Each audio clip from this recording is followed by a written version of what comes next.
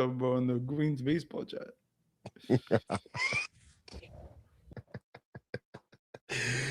Woo! Don't mind us, ladies and gentlemen. Don't mind us if you heard any of that. But what's going on, man?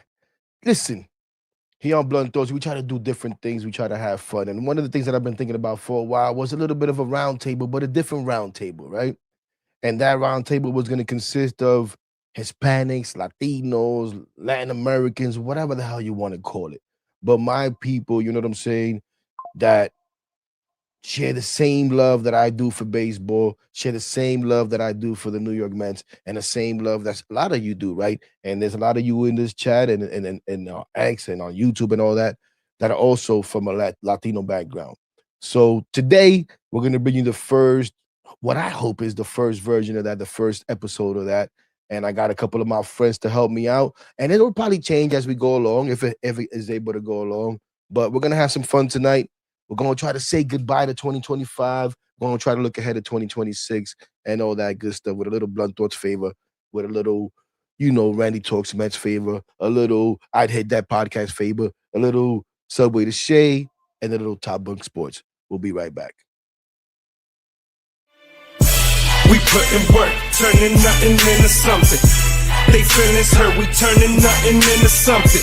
Give a fuck if they don't like me, cause all this bread I count excites me.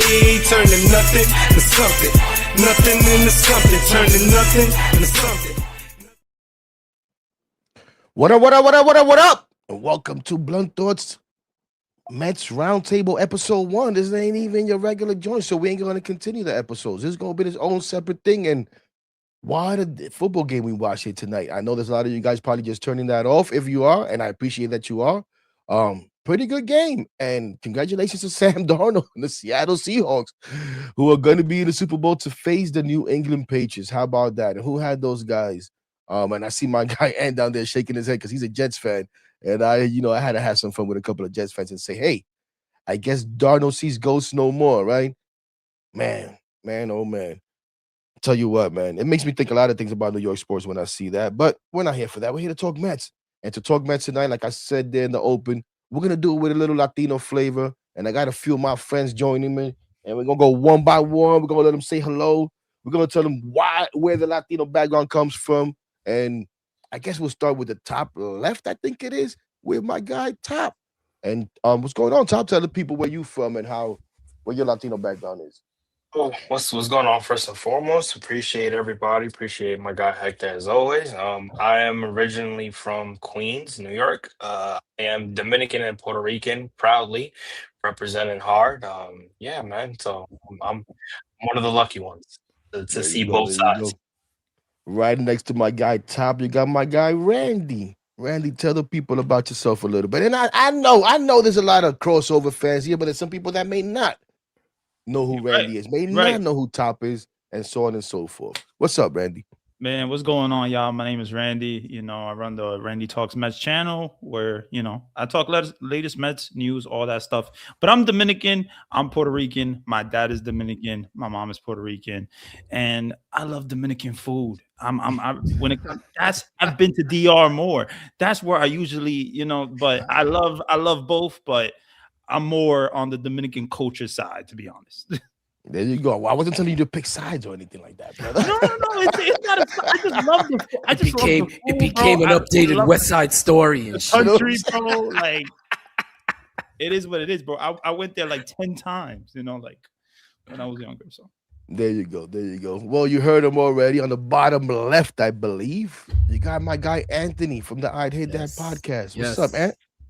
Hector, thank you for having me, man. Thank you for considering me to be Latino and shit. My dad's Italian. Well, considering you're in Puerto Rico as we speak, I do live in PR. At least half, if not most of the year there. Yeah. You guys are getting whooped with snow, and over here is 85. I don't give a shit if I'm rubbing it in anybody's face, man. Yeah, thank you. Yeah, as I just came a little while ago from digging out my car a little bit, so whenever I decide to go out, it'll be a little easier. But that's got to be awful. No, yeah. But yeah, man. Thanks for having me, man. Yep. I don't know if any of you guys know. Nobody really watches our shit, but I co-host a show called the I'd Hit That podcast. where we basically do Mets, Knicks, Rangers, Jets, mostly Mets. And me and my co-host Mikey, we just do it a little different, man. We absolutely don't take the shit serious. We love the team. We know a lot of shit. We're knowledgeable, but we just kind of go for the laughs.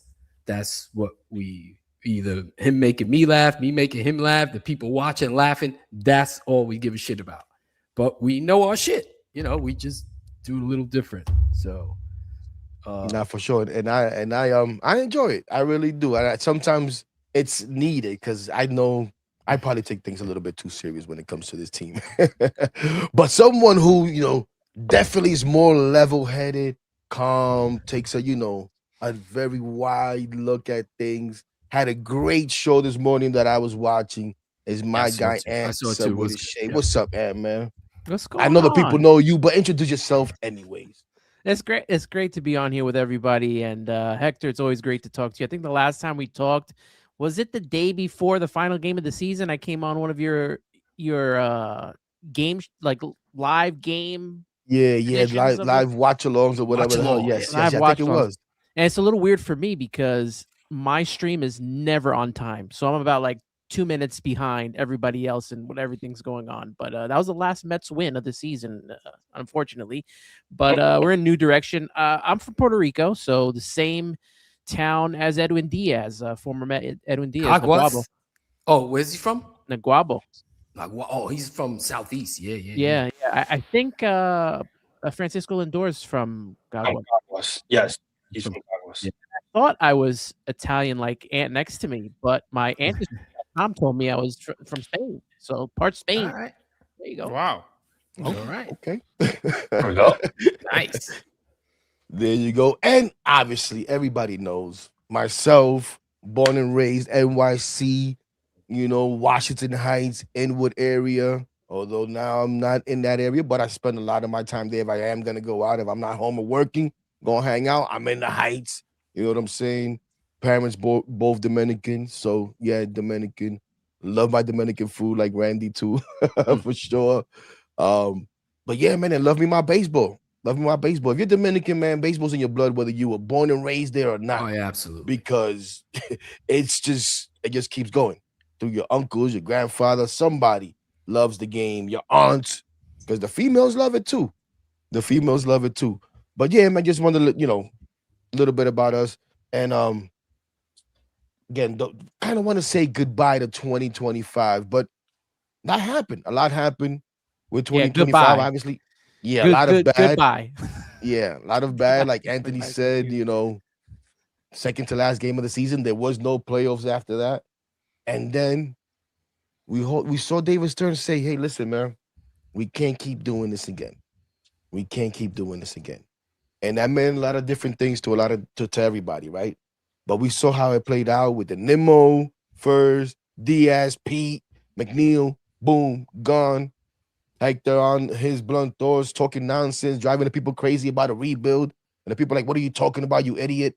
You can't have Juan Soto and Francisco Lindor and talk about rebuild and so on and so forth. But it happened.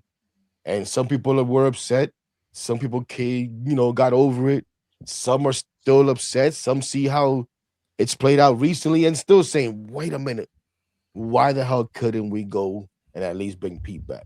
But we'll start again the same way. Top Randy, Ant, real quick, how you felt about 2025 and how it was handled. The guys that we said goodbye to. You already know. Go ahead, Top. Yeah, well, I mean, 2025 was a disappointment for the expectations that were put upon us because of Juan Soto. But I think a lot of that responsibility has to be held on the front office because it was Juan Soto and nothing else. You don't, it's basically saying, they basically looked at it as saying, we got the big fish. We can run it back with everybody else. And, it didn't work. Obviously, the pitching was inconsistent. But in terms of the pivot, I think when you basically stand on your ground, David Stearns never let off of the vision that he had. Going less than 5 years. I mean, he stuck to his 3-year deal per se. His run prevention, like he stuck with that. No matter if the fan base liked it or not, he told the fan base, "You're either gonna ride with what I'm doing or you don't." And most of the guys that he's got here so far are guys that are solid or really good defensively, which addresses his run prevention. And he's got him on a 3 year or shorter deal, like Jorge Polanco's on a 2 year deal, Bichette that's on a 3 year deal. And the most that we've seen him go aggressively further than that was obviously Kyle Tucker. But obviously we know how that, it didn't work. But the fact that he was willing to do that with a guy that he's drafted, a guy that he's been under with Houston and he knows personally, it just showed how much he stood on his vision. So the fact that he was able to pivot and it still works, I gotta really give him a ton of credit for what he's been able to do, and really say to the fans, like, listen, I still got my big fishes in Francisco and Don Juan Soto. I just want to put guys that are better defensively and better contact hitters around them to make it a better team, especially since last year we were 0-72 after trailing the eighth inning. I need to put that to bed. I got contact hitters from top to bottom within a Bo Bichette, within a Marcus Semien, within a Jorge Polanco, even a Luis Robert Jr., who might be even better now because he's in a better system and he's playing for a team where he can go out there and contend. You might see a much better Luis Robert Jr. So he's been able to follow his regimen, and at the end of the day, like I said, he never took away from that. And like the message was clear: you either follow me if you want to see me succeed, or you don't. And I like the fact that he's been doing that. And he gave this core multiple chances to win. They didn't get the job done, and it was time to go in a new direction. It was time to retool. Right, and you gave me a lot more than kind of wanted. That you went a little bit ahead of us there. But basically, so you were okay with the path that David Stearns took. But now, were you okay with that immediately as it unfolded? Did it take some time for you? How did that play out? It took some time because the number 1 and 2 guys I wanted were Pete and Diaz. Anything else after that, I said you guys can pivot and see what you can bring in here or subtract. But the fact that again it seemed to me like he never really liked Pete, and it seemed to me like he really wasn't going to the extent for Edwin Diaz because he is a closer and because he is 31. And it just feels like he wanted somebody younger like a Devin Williams per se. And at the end of the day, it just comes down to him sticking to his regimen. But in the beginning, it didn't work. I didn't really register with it until I started seeing the moves little by little. Right. Randy, same thing.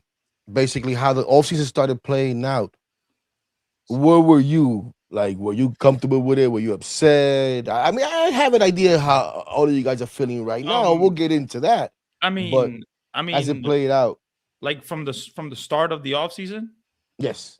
From the start of the offseason, I think and there's a reason why I'm asking. You needed pitching and all that, and you needed to get back Alonso, you needed to get back Diaz, but then like the Stern 6 comes out, or whatever the list of not the Stern 6. Yeah, the Stern 6, but on Passan list. It was on Jeff Passan.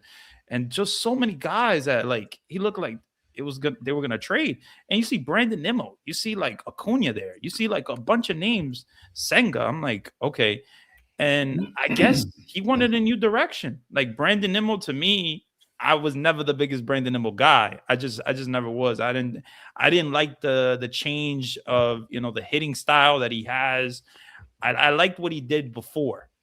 Getting on base, be the high on base percentage guy. That type of stuff. But then this guy that hits home runs and strikes out a lot, I wasn't the biggest fan of. And also, he's been declining, defensively. He has an injury, the plantar fasciitis thing, whatever. So it's like, I think it was time to move on. And I wasn't surprised by the Brandon Nimmo trade, but I was surprised that Stearns actually did that trade, because I was like, wow, okay, David Stearns got some balls. Like, all right, here we go. Right. So he traded a kind of a fan. I mean, Nimmo's a fan favorite. A lot of Met fans like Nimmo. So he traded Nimmo, and then it's like at the time we lost those 3 guys. Like, we didn't get back Alonso. He didn't even offer him a contract. And then Diaz, you couldn't get back either. So at the time, it looked like the worst. It looked like we were going to have the worst possible offseason, and we were going to just be horrible. And we were just going to just I don't even know, just be the rebuild Mets or whatever. It didn't look good. But then like you want me to talk about what we did? No, we'll get to that. We'll get to that. Okay. But yeah, Okay. so yeah, basically it was what I thought. It was like, bro, that was like a shot in like the heart to all Met fans. Like to lose Pete Alonso, our guy, and then you lose Nimmo, then you lose like Diaz, who was basically like the heart of the Mets. Like that entrance every night when he closed, it was electric in the stadium, and you lose that. It's like, oh, come on, man. Like, what are we doing here? And obviously, it didn't give Stearns, like the Met fans, and I don't blame him. Like, I thought we were just like, I had no idea of this direction of the team, no idea, and I was very worried, very worried. Okay, good. That's good, Anthony. I'd hit that.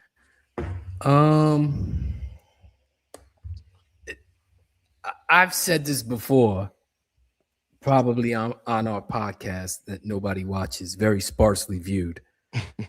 But I know that I said I'd have no problem trading Nimmo. And it wasn't Nimmo the player that I was trading. It was Nimmo the contract. Okay?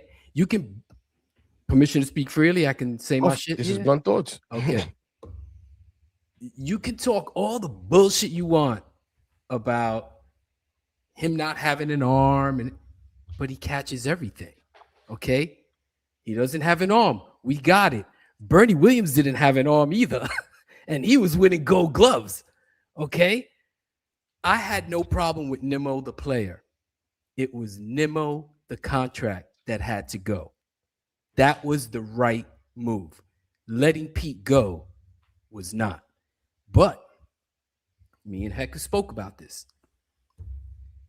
He didn't trade for Pete. He didn't draft Pete. He didn't sign Pete. He had no connection to Pete. And I can't guarantee it, I'm not there, but I bet you they had some beef.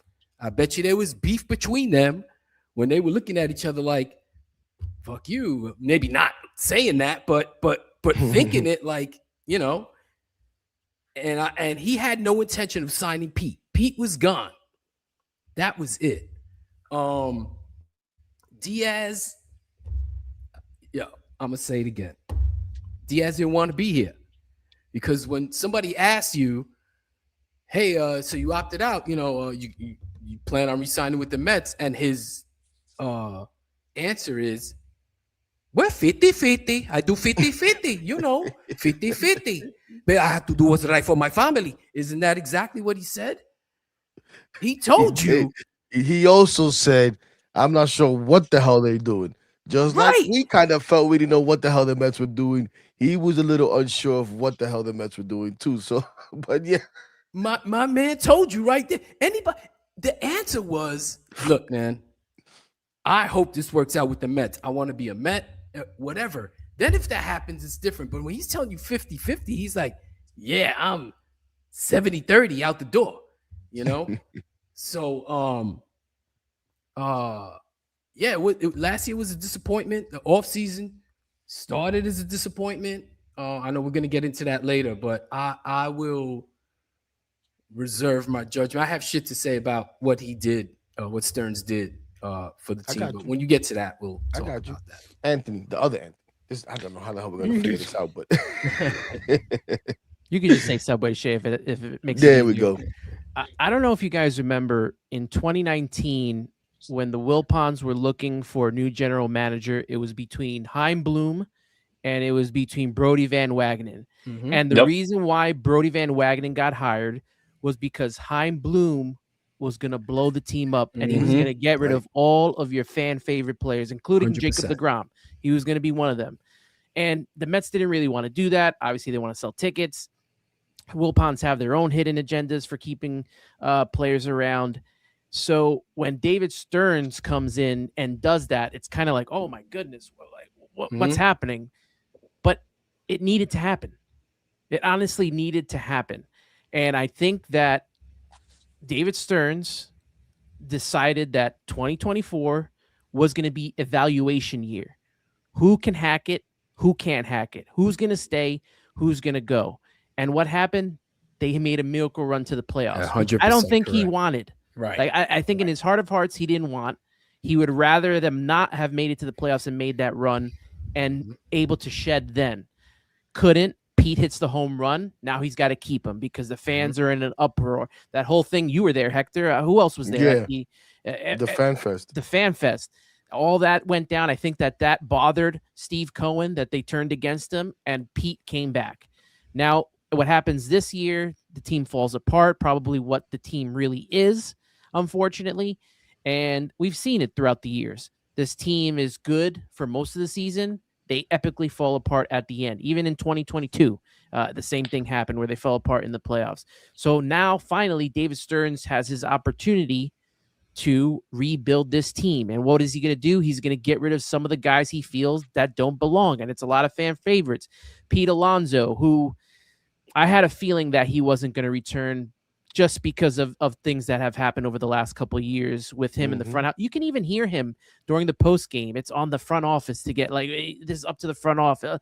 The back and forth between that just didn't sit right. The only person that I was shocked was kind of Edwin Diaz. I thought that they were going to be able to bring him back and figure this out. And, maybe he did want to go to LA, whatever.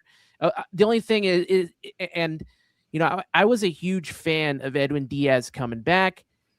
The only thing that bothers me about him leaving is the fact that he did not give the Mets the opportunity to come back, especially after Steve Cohen took care of him for an entire year after he got into that freak accident at the WBC. They chartered an airplane for him. What a great point, bro. They had the nutritionist there to help him get back.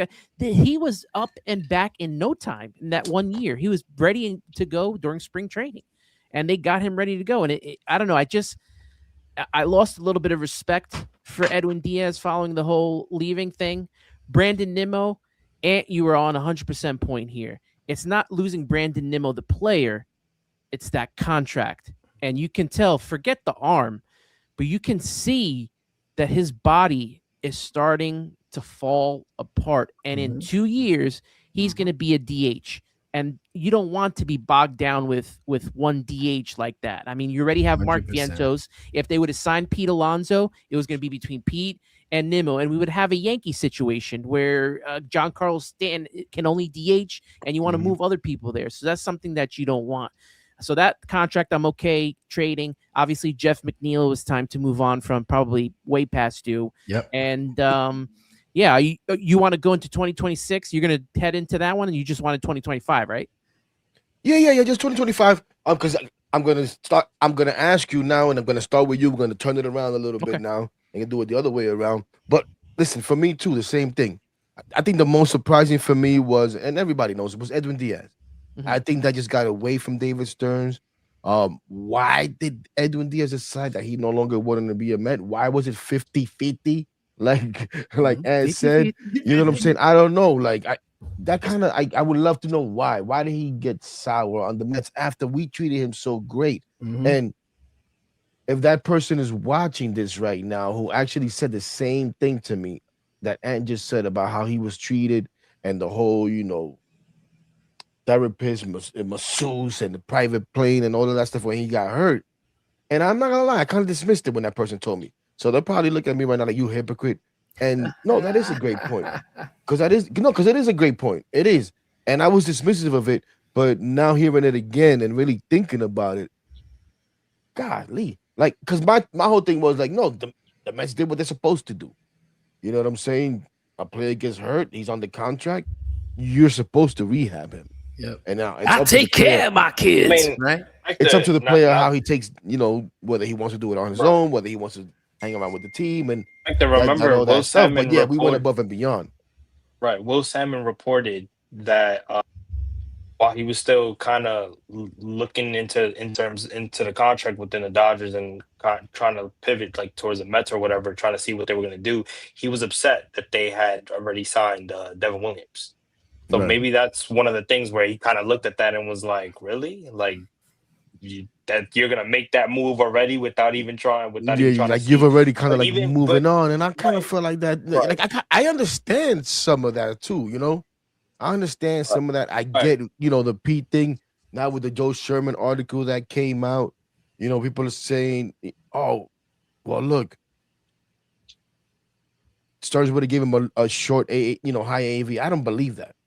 I don't think Stearns won any part of Pete, no matter what. The whole DH nonsense, and to me, like I kept saying throughout the offseason, Stearns is throwing out their smoke screens. Now they weren't the smoke screens that I thought they were, but they were smoke screen. I think for Pete Alonso, those were definitely smoke screens because he ain't want no part of that. But as we move on here, let's say that. When did it start to change? What made it change for you guys, right? We all went through oh man, it's real, even if we thought of it. Because for me, right, that's what it was. I was in acceptance with Pete Alonso. When Nimmo was traded, it was a little bit of a shocker to me. I'm a big Nimmo guy. And although I recognize some of the flaws, I always think you can overcome them. I always like the player's gonna put in the work. I'm a fool like that sometimes, right? No, let's put in the work, let's get better. Like that's what I believe in. And sometimes sometimes you do have to cut ties, right? And once it started happening for me, it was like, okay, Hector, you can't be a hypocrite. You sat there many a night, whether once you started doing this blunt thought stuff, whether it was calling the radio, and you would say, this can't go on. We need to change. This core this core that. Maybe you don't blow it all up, but you change a little bit. And now it's being done, and you're gonna lose your mind. So I accepted it, although I admit, and I did it the other day, I read the room a little bit wrong, or a lot of bit wrong, in that I thought, okay, we're rebuilding this team. I'm not saying we're totally going young and we're going to lose 100 games or anything like that. But once you take away all of these parts and you're putting in new parts, that's a rebuild. No matter what the hell what level of rebuild, it's a rebuild, right? And I was like, okay, we're going to compete in 26, but we're not going to really contend. And we can still debate whether we're a contender or a competitor. But I think now we feel pretty damn good about the team that we have. And still knowing that there could be some changes, right? Because you could still add or subtract to what we have. But right now, I think we all feel good. But the question is, when did it start changing for you guys? Like, what was the move? What was the comment? What you said, you know what? Let me chill out and let this guy cook. And I'll see if I like the meal when it's done, like I kept saying. He might be cooking. We'll see if the patrons like the meal. I think the meal's okay. It's tasting okay. Go ahead, Anthony. Subway to shake. Yeah, I'll be honest with you. I always preach to myself, wait until spring training, wait until opening day to see what this roster looks like, because there was still a lot of free agency time left. There still is some players out there at this moment in time that could be had. And we know that it's ever changing every year, that players don't sign even sometimes into a couple weeks into spring training. I think Pete Alonso signed like a week in, or one spring training already began. So I usually try to preach to myself patience. I know a lot of Mets fans don't feel that way. And obviously that week we lost Pete and Edwin. That was a rough one. I mean, if you're a fan of those guys like I am, it was tough to lose those guys. But David Stearns feels a different way, and he can't play off emotion, right? Like the fans could. Because if the fans do, then I guess all those guys do come back at whatever price. It's Cohen's money. Do whatever you want. But for Stearns, he's trying to look at things in his logical world. He has a plan, whether we like it or not. He said it all the way back after the last game of the season. He wanted run prevention. He was going to give the opportunity to Carson Bench to win a spot here. And, pitching and bullpen help. He brought in Devin Williams and Luke Weaver to help out the bullpen. Now they brought in Craig Kimbrell on a minor league deal, which I don't hate since it's a minor league deal. I don't hate it. If he can make the team, great. If not, got Luis Garcia, another bullpen guy he brought in. And then, I think it was Keith Rad who posted the three guys that left: Alonso, McNeil, Nimmo versus Polanco, Bichette, and Simeon. And the three guys we have now are way better hitting with runners in scoring position, as well as runners in scoring position with 2 outs. They may not give you 30, 40 home runs, but if they're going to get that big hit with the bases loaded and 2 outs, I'm going to take that. We've seen these guys kill the Mets who are not big time players, but they can hit with runners in scoring position when it counts the most. And that's some of the things that I want. I want guys that are going to help this team win, and I think that they can do it. Now, am I a little leery on Jorge Polanco playing first base? Absolutely. And I think that's a lot of the problem with people having a hard time letting Pete go, is because Jorge Polanco's never played first base at all. If it was somebody else, like a Ryan O'Hearn, or maybe even a 1-year deal with Paul Goldschmidt, maybe it'd be a little bit different. I know he's older, but at least he's a first baseman. I think that's what bothers people about losing Pete. But again, Pete struggled at first base, and one of his plays kind of almost derailed the season, getting Kodai Senga hurt.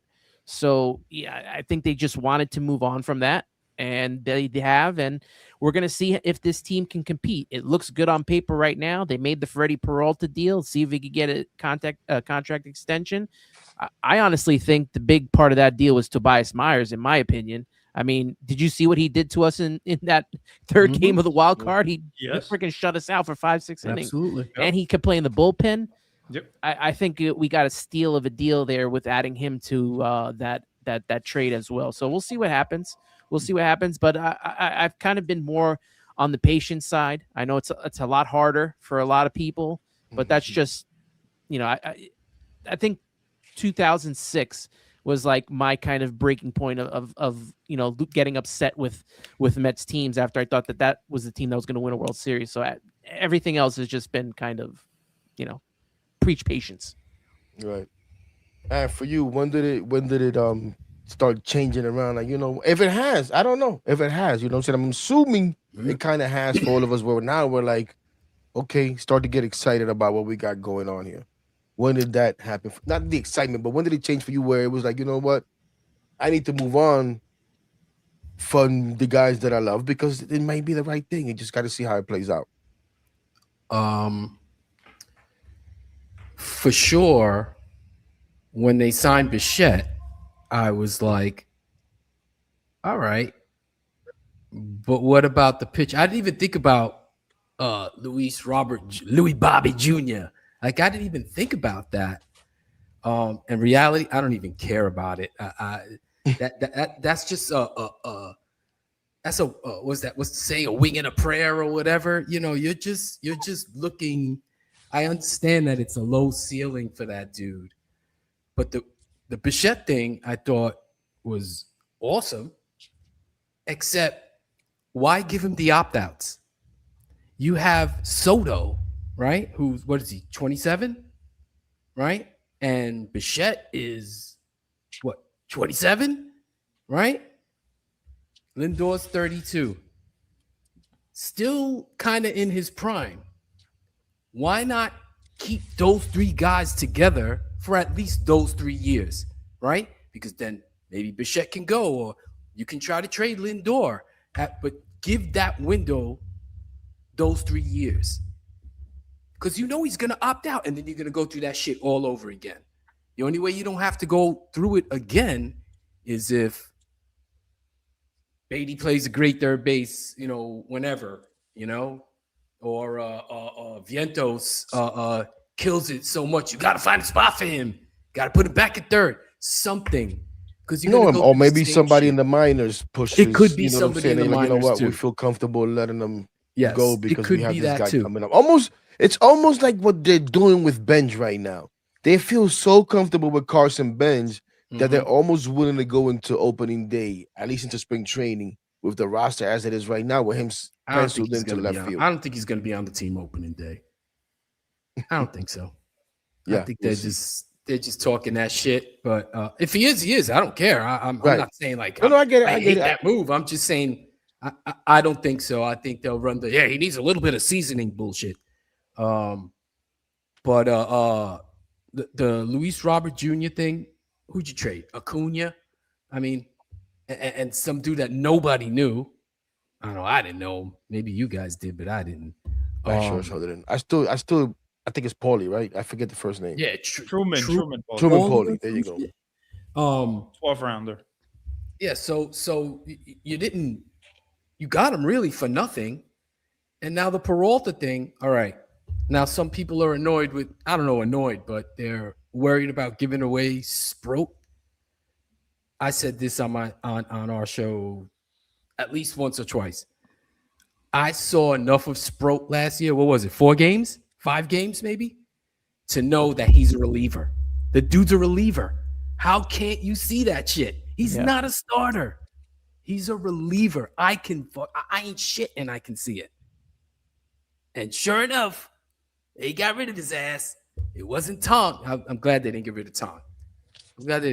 But he might suck too. You don't know. He wasn't great, but I understand maybe he was a little underseasoned. So, but the Peralta thing I think is a great move.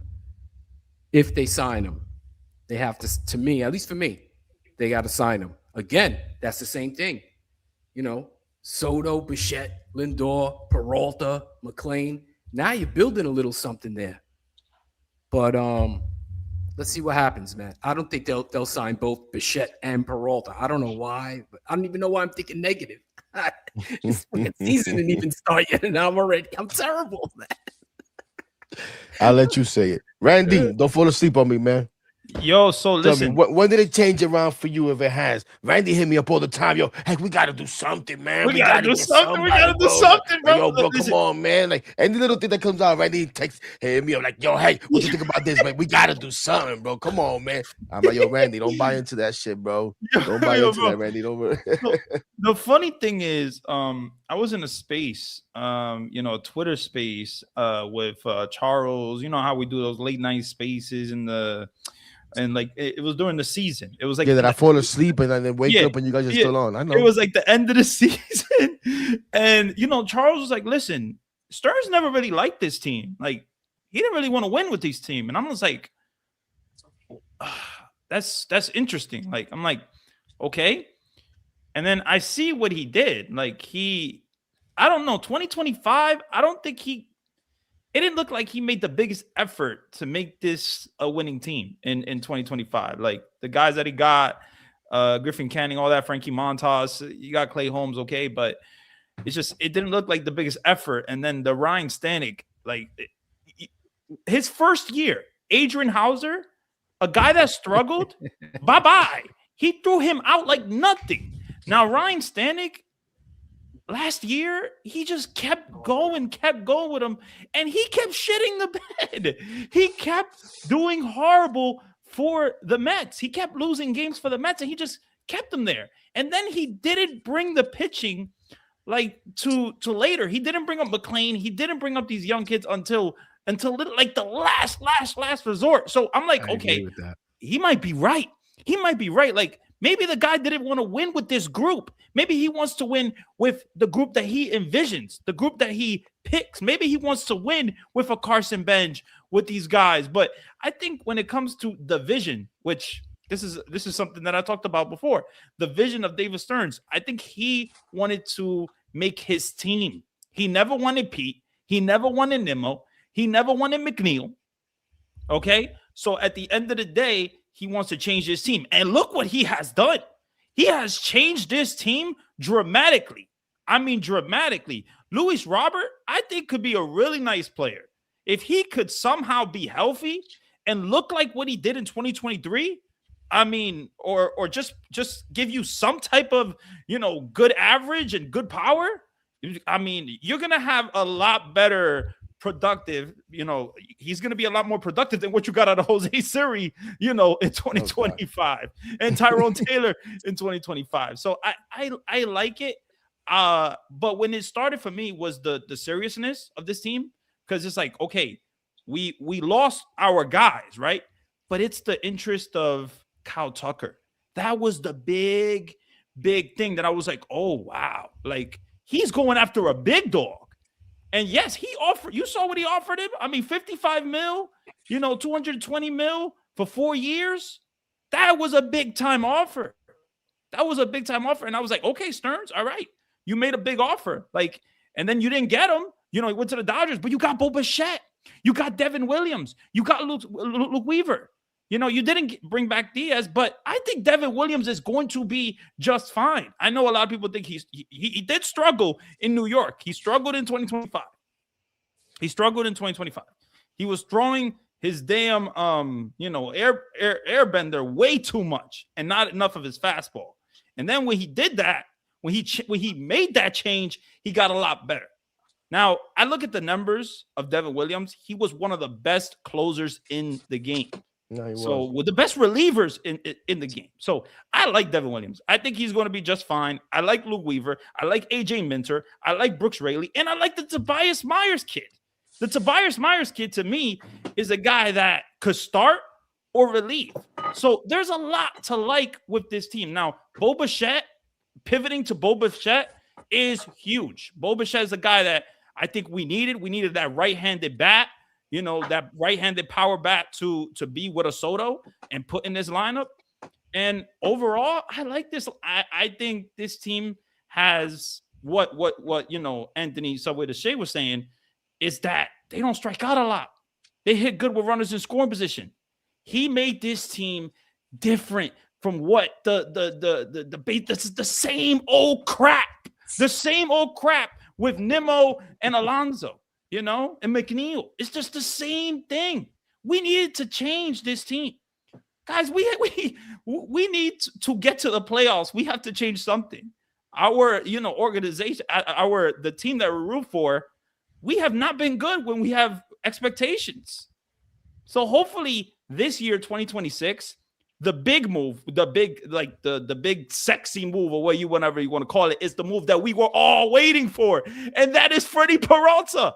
We were waiting and waiting and waiting and waiting. And we was like, oh, Stearns is not doing nothing. Stearns is sleeping. What is Stearns doing? The Stearns want to win. What is Stearns doing? He's been talking to the Milwaukee Brewers GM since November, trying to make this trade. So I give hats off to David Stearns and what he has done this offseason. I like Luis Robert. I like the potential. So at the end of the day, Acuna traded for Robert, low risk, high reward.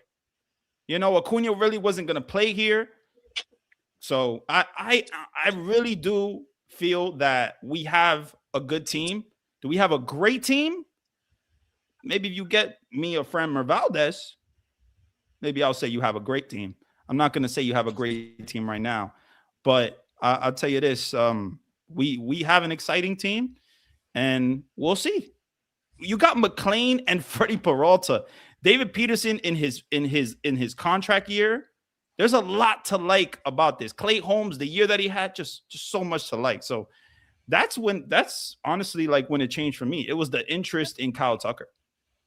I think I'm with you on that. Top. When did it change for you? When did you say, you know what? If you were down at all, you may, you're one of the young guys. You may have been like, yeah, fuck all these guys, man. I'm good with that. Change all this shit. It changed for me when the core was broken up. When he traded Brendan Nimmo, when he didn't even attempt to bring back Pete when Diaz was gone. I mean, hell, even Jeff McNeil. Even though we all agree that Jeff McNeil should have been gone. He had to go, He had to go. But just the fact that you sat there and, let's be real, this core didn't do anything. You got to hold them accountable to the highest standard. And, just kind of seeing those guys that we've kind of seen grow in a certain extent gone for a good reason. I think for me, it was like, okay, like this is where David Stearns is saying, yo, enough's enough. I'm putting my foot down. I'm putting my implement. Okay, so you were excited right away with the changes. You didn't need any moves to feel good. You felt good that that change was being made regardless. Yes, something needed to happen after the expectations. Like I said in my first statement, when you got Juan Soto, you got to make the playoffs. And when they didn't, when you have numbers like 0-72 after trailing in the 8th inning, when your pitching is inconsistent, you got to make changes. The expectation, even with this new team now, even though we haven't seen them yet, expectation for me is make the playoffs because you have guys like Juan Soto and Francisco Lindor in their primes. You got to make the playoffs. So when your expectations are not met and you can't even make a wild card, you're completely out the playoffs for a team that was picked to make the playoffs. You got to make changes. So the fact that he aggressively went in there and broke up the core and changed and got hitters and got players to fit the picture that he wanted, the philosophy that he was going by. That's really where the change went for where it hit me. It was like, okay, he got rid of the core guys and brought in guys that fit his philosophy, that he stood by. And remember, he said that at the end of the season press conference. He talked about run prevention. He talked about guys that are not only able to play defense, but that can, that are great contact hitters. And again, like I said in my first statement, it was more of a message to the fans in terms of, listen, at the end of the day, I'm gonna go a different route, and if you're with me, you're with me. If you're not, you're not. So that was basically the change for me. Yeah, for sure. And I think more than the run prevention, it was him saying we can't repeat what we've been doing. Correct. You can't keep doing what we've been doing. And he doubled down on it recently. He just said it again. We couldn't come back and do what we were doing again. And he showed it by the actions. But I think I'm with Randy where when I finally, because again, I'll be honest, I was like, I know we're going to make moves and I'm okay. I'm going to be open-minded. I'm going to let him do what he's going to do. But in my view, the way I was reading the situation, I felt like he was looking ahead and he was looking past 2026. And then people were like, damn, Hector, but you're going to throw away 2026 and then you got the lockout coming up in 2027. And what is all that going to mean? I'm like, I get it. I get it, but that's just the way that I see it right now. But I think when I saw that he made, and I always said the only way you see him get involved with guys like Tucker or any of those guys is if they come down to where he wants to play ball at. And we know, like you guys have said a couple of times, he wants to play ball more on the short-term deal, high AAV. When I saw they were in play for Tucker, and most of the time I dismiss rumors. When we find out, when we hear too much information about something, I'm like, okay, that's what's not going to happen. They'll surprise us with something else. And the Tucker almost happened, but it didn't happen. And he shocked everybody with Bichette. But it wasn't a shocker to them. It wasn't a shocker to them. So I think it was Anthony, somebody that said before, or maybe it was one of you guys. Oh, the plan. There's no plan. You know how many times I heard there's no plan? You know what I'm saying? I stopped doing spaces. I don't really go to spaces. One, because I'm busy. The other times when I do have a little time, it's like, do I really want to go in there and hear the same nonsense over? No offense to anybody, but for me to say the same thing and to hear the same things over and over and over about how there's no plan, and me saying there's a plan, we just don't like the plan. We may not know the complete plan. We may not be on board with the plan, but he has a plan. Well, we've seen it play out, and it played out fast. Because, man, it was feeling very gloom. Like, where the hell is this team going? Heck, I just don't understand how. We've seen the people are commenting. Stearns is cheap. Like, still, I'm not even looking at the comments. Still, he's cheap, but you see what he has done. Like, he's spent a lot of money. Like, look at their payroll. How is Stearns cheap? I don't get it. I don't know that he's cheap. I think he's selective. He's selective on the value. He doesn't want to get bogged down with long-term contracts. And I've said this over and over. Let's be honest, ladies and gentlemen. I can't stand long-term contracts. I hate is a strong word. I very strongly dislike the Juan Soto contract, no matter how much I love the player. 15 years? No. Somebody just said Hector has all the WFN callers in here. Something like that. Hector, even Lindor's contract. But that was a little bit of a hate, but anyways. Hector, even Lindor's contract, I feel like that's even too much. David Stearns has figured out the formula.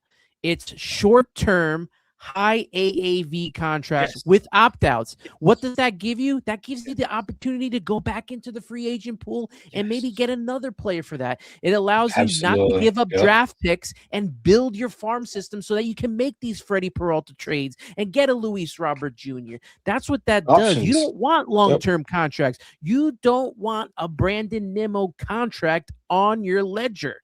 That's you just don't. And they It's were lucky to it's trade him. options. It's And options. You want It's that options, every but it's year. also you're also looking at it from a standpoint of that you are gonna tie yourself.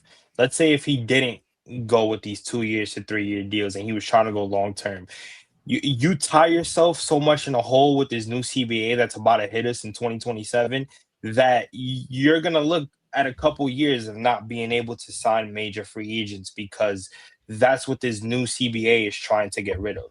They're trying to get rid of teams that are signing these long-term contracts. Now, not only that, but it's also allowing these small market teams to have a chance in these fights for big name guys.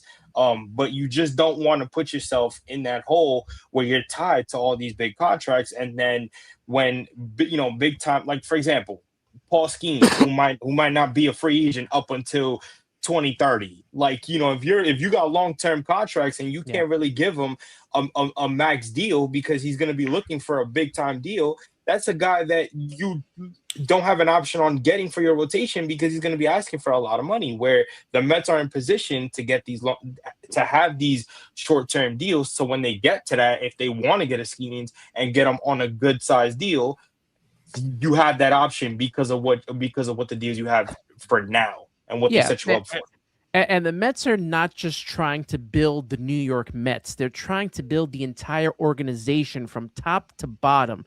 You know that they're going to lose 2 draft picks for signing Bo Bichette and international free agent money. If they do the same thing with Framber Valdez, that's 2 more draft picks. That's 4 draft picks in one draft in 1 year, and a lot of international money where they just stole a top prospect from the Yankees because they had the money to do so. So they're not just building the Mets at the top. Right. They're doing it as a whole organization, from Port St. Lucie in Brooklyn to Binghamton to Syracuse. It's a whole organizational build that David Stearns is in charge of right now. Yeah, I think they planned on Tucker. I think that was probably they saw maybe that wasn't the plan. Maybe they saw the market and they jumped on it. I think that's what it was, man. I think he waited, and that's why I've said a couple of times, we need to give David Stearns credit, like one of you guys said before, for taking this challenge on, right? And knowing that we were going to be upset, knowing that his family was going to be upset, his friends were going to be upset, but having the conviction and say, you know what, but this is the right thing to do. And I'm not here saying that he's done the right thing, ladies and gentlemen. We'll see how it plays out. Mm-hmm. We could come here 6 months from now and all of us be cursing him out. You know what I'm saying? On our own different things. Right. Yeah, this is on him now. Continue the roundtable. It's the game is played on dirt and grass, but he had the conviction to go out there and do it. And I think we have to give him credit because, yes, Randy, the market has come down to him. The market has played exactly the way he's wanted to the point that he almost did land a Kyle Tucker at his ideal number. But the Dodgers came in and swooped in, and right now, that's the only thing is we can't compete with the Dodgers and the rings and the fact that they can say, yeah, we just won back-to-back and we're, I see you, but it's the truth. They can have him. They can have Kyle Tucker, bro. I understand. They can have him. You may feel that but there's gonna be a player that you're gonna want, and the Dodgers might beat us out, and you're gonna be like, damn, like Edwin Diaz, right? We may not like it, but Edwin Diaz maybe saw that, you know what, they're more stable than the Mets are right now. They've had the success recent and historically. Let's be honest, our history is not too good. I was looking at a Joe Sherman article where he's talking about the team that wins the offseason doesn't necessarily win during the regular season, right? And I've said that many times, and I know we all recognize that, right? But he also went on to talk about times where the Mets try to do a quick fix or change things around, and we already know the best team money could buy, right? The worst team money could buy. Yeah. 92. How did that work out? Right? And they did it a couple of, and sometimes it worked out with the Delgados and them. It worked out, and there's other times that it didn't work out. He went through the whole thing, and I don't want to go through it, but I do worry, and one of you guys mentioned it or alluded to it. I do worry, and shout out to everybody in the chat. I've put up some of the comments just to acknowledge you guys. We appreciate you guys. We know it's late, but let's be honest. Most of you are gonna be working from home tomorrow, if you work at all. Some of you guys, I wonder if you freaking work. I'm kidding. I'm kidding. I'll be at work for sure. Yeah, come on, man. Who we kidding? Nah. BNY, baby. Well, that's late tomorrow. It should be good. She should be clear. Yeah. It should be better. But there's part of me that does think and says, man, you kind of do need some stability, right? Eventually, you want to hope that he's gonna find that comfort, and maybe it's just that the player's not there yet. That he says, yeah, I want to go 7-8 years to match this guy up.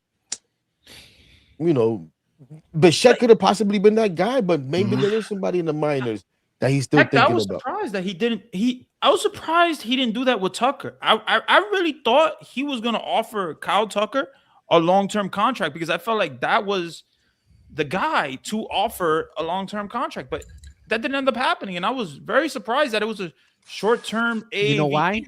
You know why, Randy? Yeah, I mean, he's 29 years old. He's gonna offer a big time contract for any player that's superstar talented, that's 25 or younger. That's what happened with Juan Soto. That's what could have happened with Yamamoto, but he decided to go to the Dodgers. So I feel like how many times are you gonna find a Yamamoto? I mean, how many times are you gonna find that? You're not. Like realistically, well, this is also why him looking into his farm system could be a pivot. Because if you're in a situation where your free agency doesn't have a lot of young cats, then it's like, all right, well, I gotta at least bring some of my kids up now who are in their early 20s and let them at least have a little bit of success here in case I can't pivot to anybody in free agency. So again, I see what he's trying to do, and it goes back to what Ant from Somebody to Say was saying. You build that organizational consistency within not only on the major leagues but in your farm system, so that when you have that stability to do that, you have to make that option, you already know where these guys are at. And especially because they're super young, and these guys, the thing about it is too, and I don't think a lot of fans are realizing, these guys are jumping through the roof. They're going through the system like that.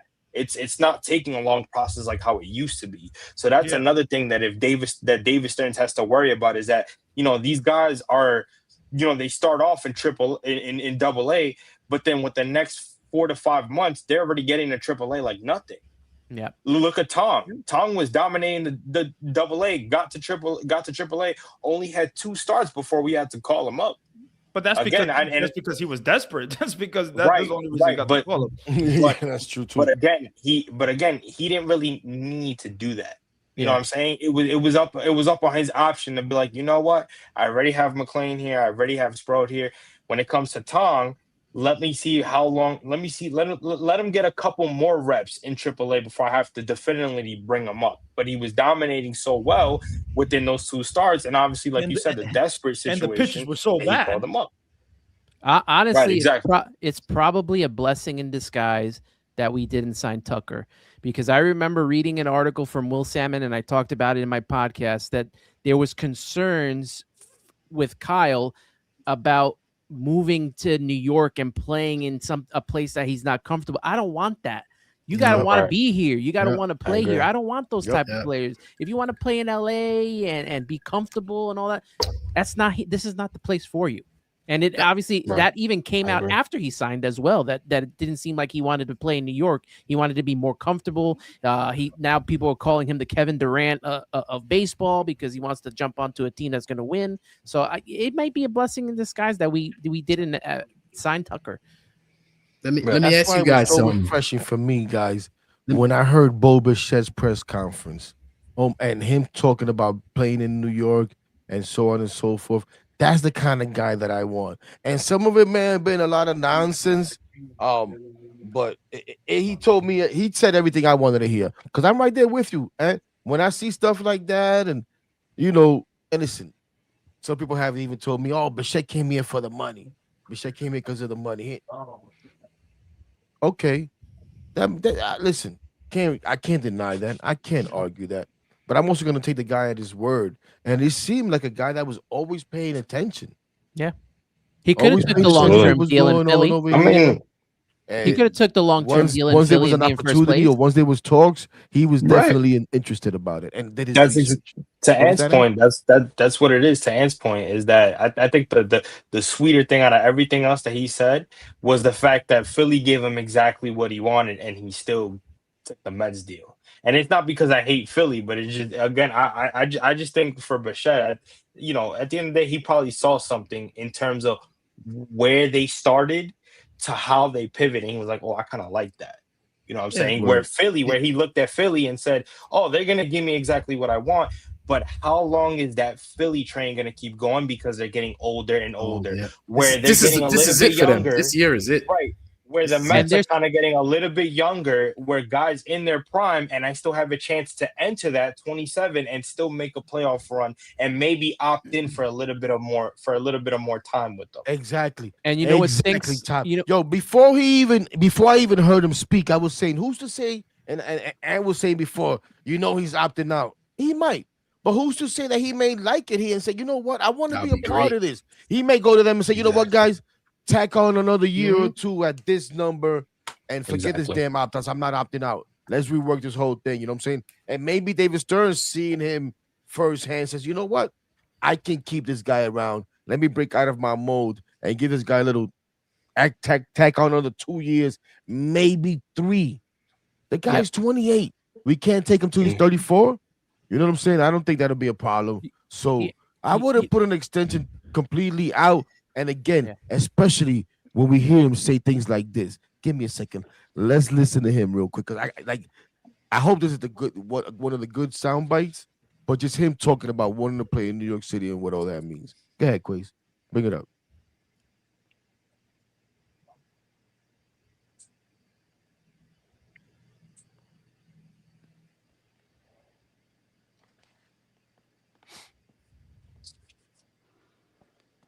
Press play. I You were can't so do it. close to winning the World Series last year. What would it mean to you to bring this club back to the Fall Classic? To be a part of that. Yeah. I mean, I think winning in New York is probably the biggest accomplishment you can have in sports. So I look at it as a challenge. There's like I said before, this team has a ton of talent. Um, a lot of proven guys who are proven in the playoffs, and I just look forward to chasing that goal with them. You were so close to winning the World Series last year. Mm-mm-mm. And he has so many other sound bites that just about playing in New York and wanting to step up to the challenge and the fans and so on and so forth. Um, that like again, it's just exciting. It's just really, really, really exciting, and that's the kind of stuff that you really want to hear from guys. You know what I'm You, saying? At least for me. Hmm, At least definitely for is. me. you know what Definitely else is is exciting. interesting about the whole Philly situation? And I think someone brought it up in the comments is that the Met fans don't want to break up the core that we had. They never wanted to break up the core. The Phillies can't wait to break up the core, and they're stuck in long-term contracts.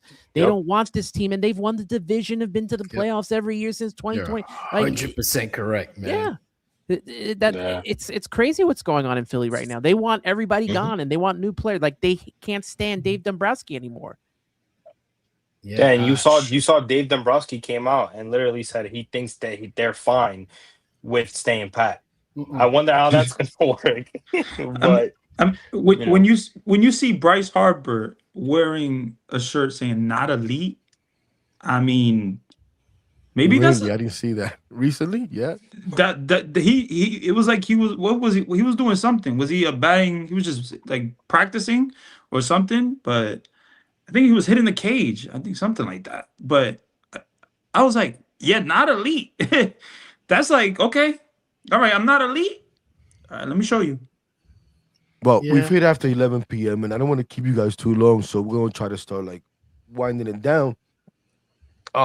And again, man, thank you guys for joining me tonight. And hopefully, this is the birth of something. I saw my guy Master Flip. No te enconda que tú vas a ser parte de esto también, mi hermano. That's when we're gonna really turn it up and really make it Latino. Hey, um, but we hopefully keep doing this more and more and more. But let me ask you guys this, right? So we made all these changes, and Obviously, they hated Pete Alonso's defense. Like Anthony said, I thought Brandon Nimmo was adequate. Yeah, I saw some of the deficiencies and a little bit, but I thought he got to balls, man. Nimmo made some great home run saving catch and all that good stuff, but there was no arm.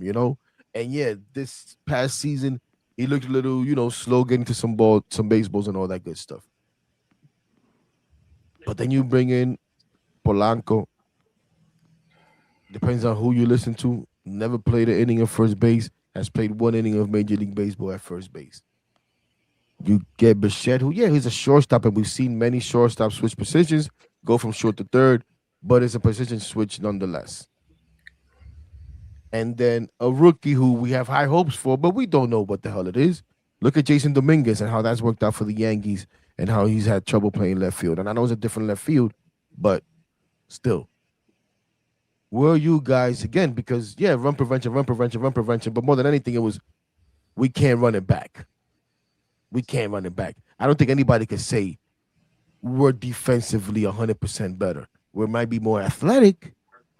We have guys that should be able to do the job because of Polanco's also a middle infielder, right? Those guys are usually able to move. But where are you guys on the whole?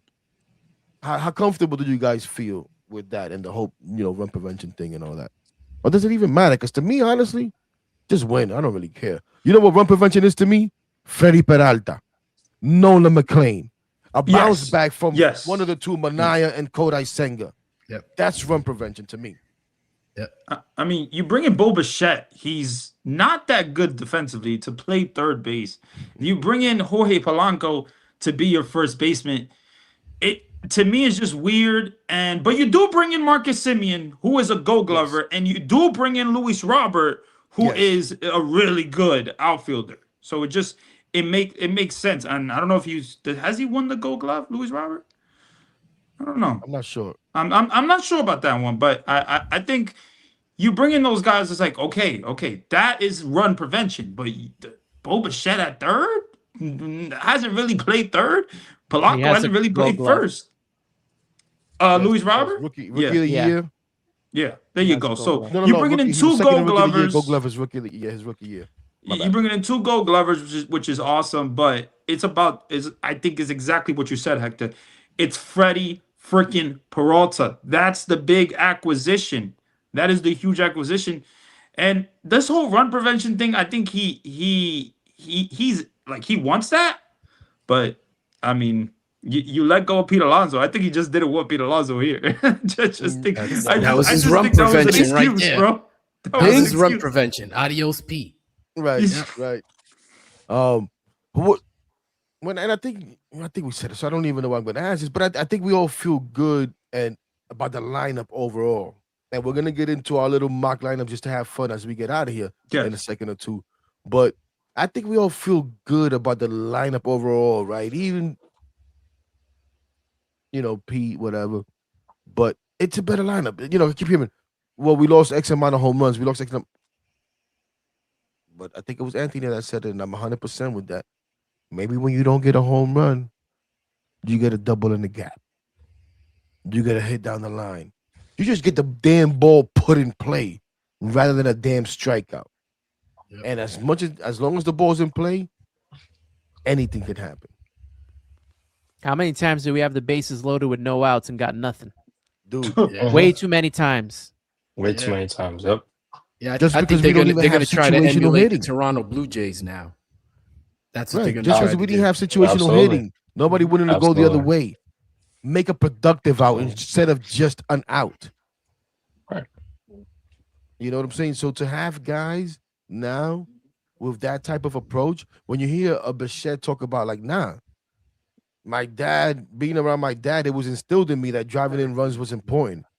Like that tickles me. In a day and age where we talk about RBIs don't matter.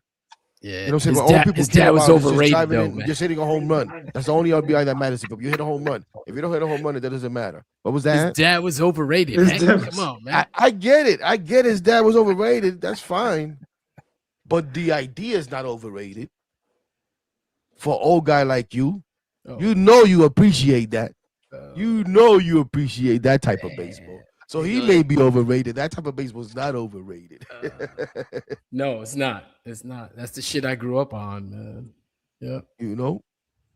Yeah. Yes, Jeremy. I hope Alvarez can stay healthy all season as well. Yes. I really yes. do. Alvarez is the wild card on that team. You know what? Yeah, Vientos is the wild Bats card off too. And you don't have to worry about shit. How about that? Vientos is Vientos is the give wild me a card wild too. card. Everybody give me a wild It's got to card. be one or the other. Everybody, hold on. Everybody give me a wild card. Give me two. One in the rotation. In the pitching staff, you could say, but let's say rotation. Forget the bullpen. And one in the lineup, everyday guys. Maybe it could be a bench guy, whatever, however you look at it. One each from each of you guys. I don't know. Go ahead. Ant. You go first, since you kind of started it. All right. Yes. I just said my wild card's Alvarez, and what's this? His fourth season now.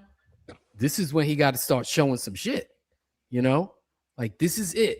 Like after this, if he sucks and it's a possibility, or he keeps getting hurt, you got to cut ties with his ass. It's the same shit with I don't want to bring these dudes up, but the Yankees and Volpe, their careers are almost parallel. And if he hits, and I mean he slugs, then guess what? There's your fourth spot. You ain't got to worry about who's batting behind Soto, but it's got to come from within.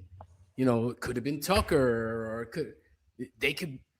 Are you gonna bat Bichette cleanup? No, you ain't gonna bat Simeon cleanup. To me, it has to be Alvarez. If he's, I didn't ask you for your lineup. I asked you for two wild cards. We're gonna do the lineup in a second. Second wild card is Minaya.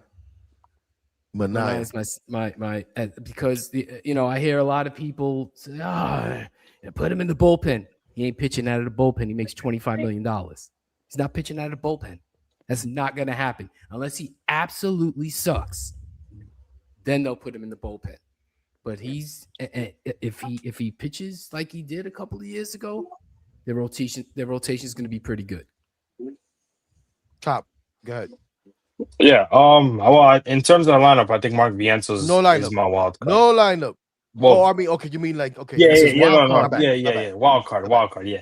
Mark Vientos, in terms of my lineup, is a wild card. You know, the power's there. And you can't just strip away or forget about what he did in 2024. That can't be forgotten. The kid's talent is there. He still needs more. He still needs more time, in my opinion. I think everybody's easily, so quick to get rid of him and just forget about what he is able to do on a consistent basis. If you do remember last year when we went to San Diego, he was in the midst of a 10 to 15 game hitting streak before he got hurt. And then when he got hurt, obviously he was up and down. Mendoza kind of went back to his taking him and putting him back in the lineup thing. So he was really didn't find his footing when he came back from that injury. But I'm not ready to give up on the guy. In terms of the rotation, I think David Peterson is my wild card.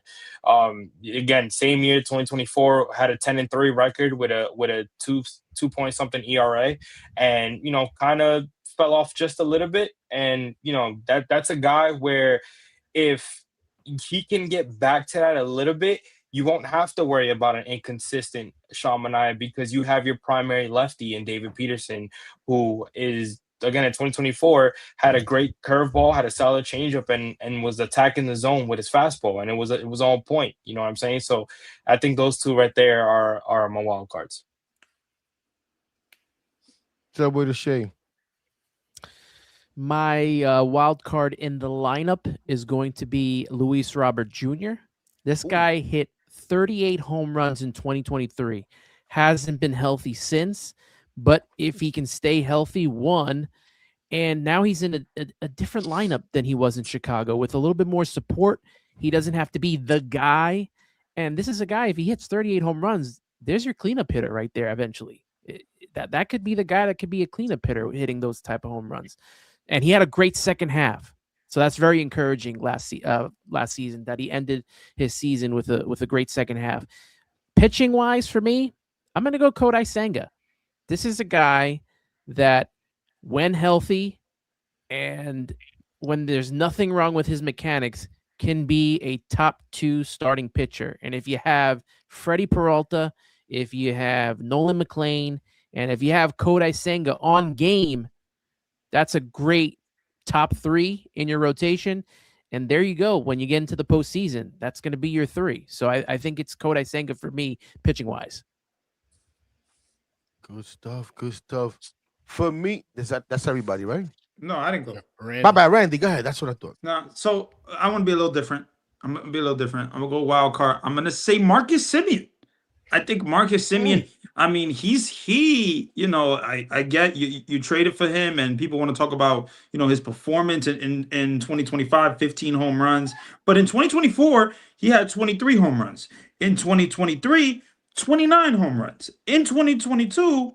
26 home runs in 2021, 45 home runs. 45 home runs. That was probably that juice ball year. But I think when it comes to Marcus Semien, he is a wild card. You don't know what you're gonna get out of him. You have no idea what you're gonna get out of him. But if you get a guy that can hit you 270, 260, and hit, let's say, 30 home runs or 27 home runs, be productive for this team, give this team some dump, I would love it. I think this team needs a guy. This team needs Marcus Semien. They really do need Marcus Semien to produce. So that's my wild card when it comes to the bat and the pitching. I'm gonna go with Kodai Senga. I think Kodai Senga, and I don't want to copy, answer here, but I think I agree. I agree. He is the wild card because, yeah, he looks amazing when he's healthy. But when he's not healthy, it hurts the team.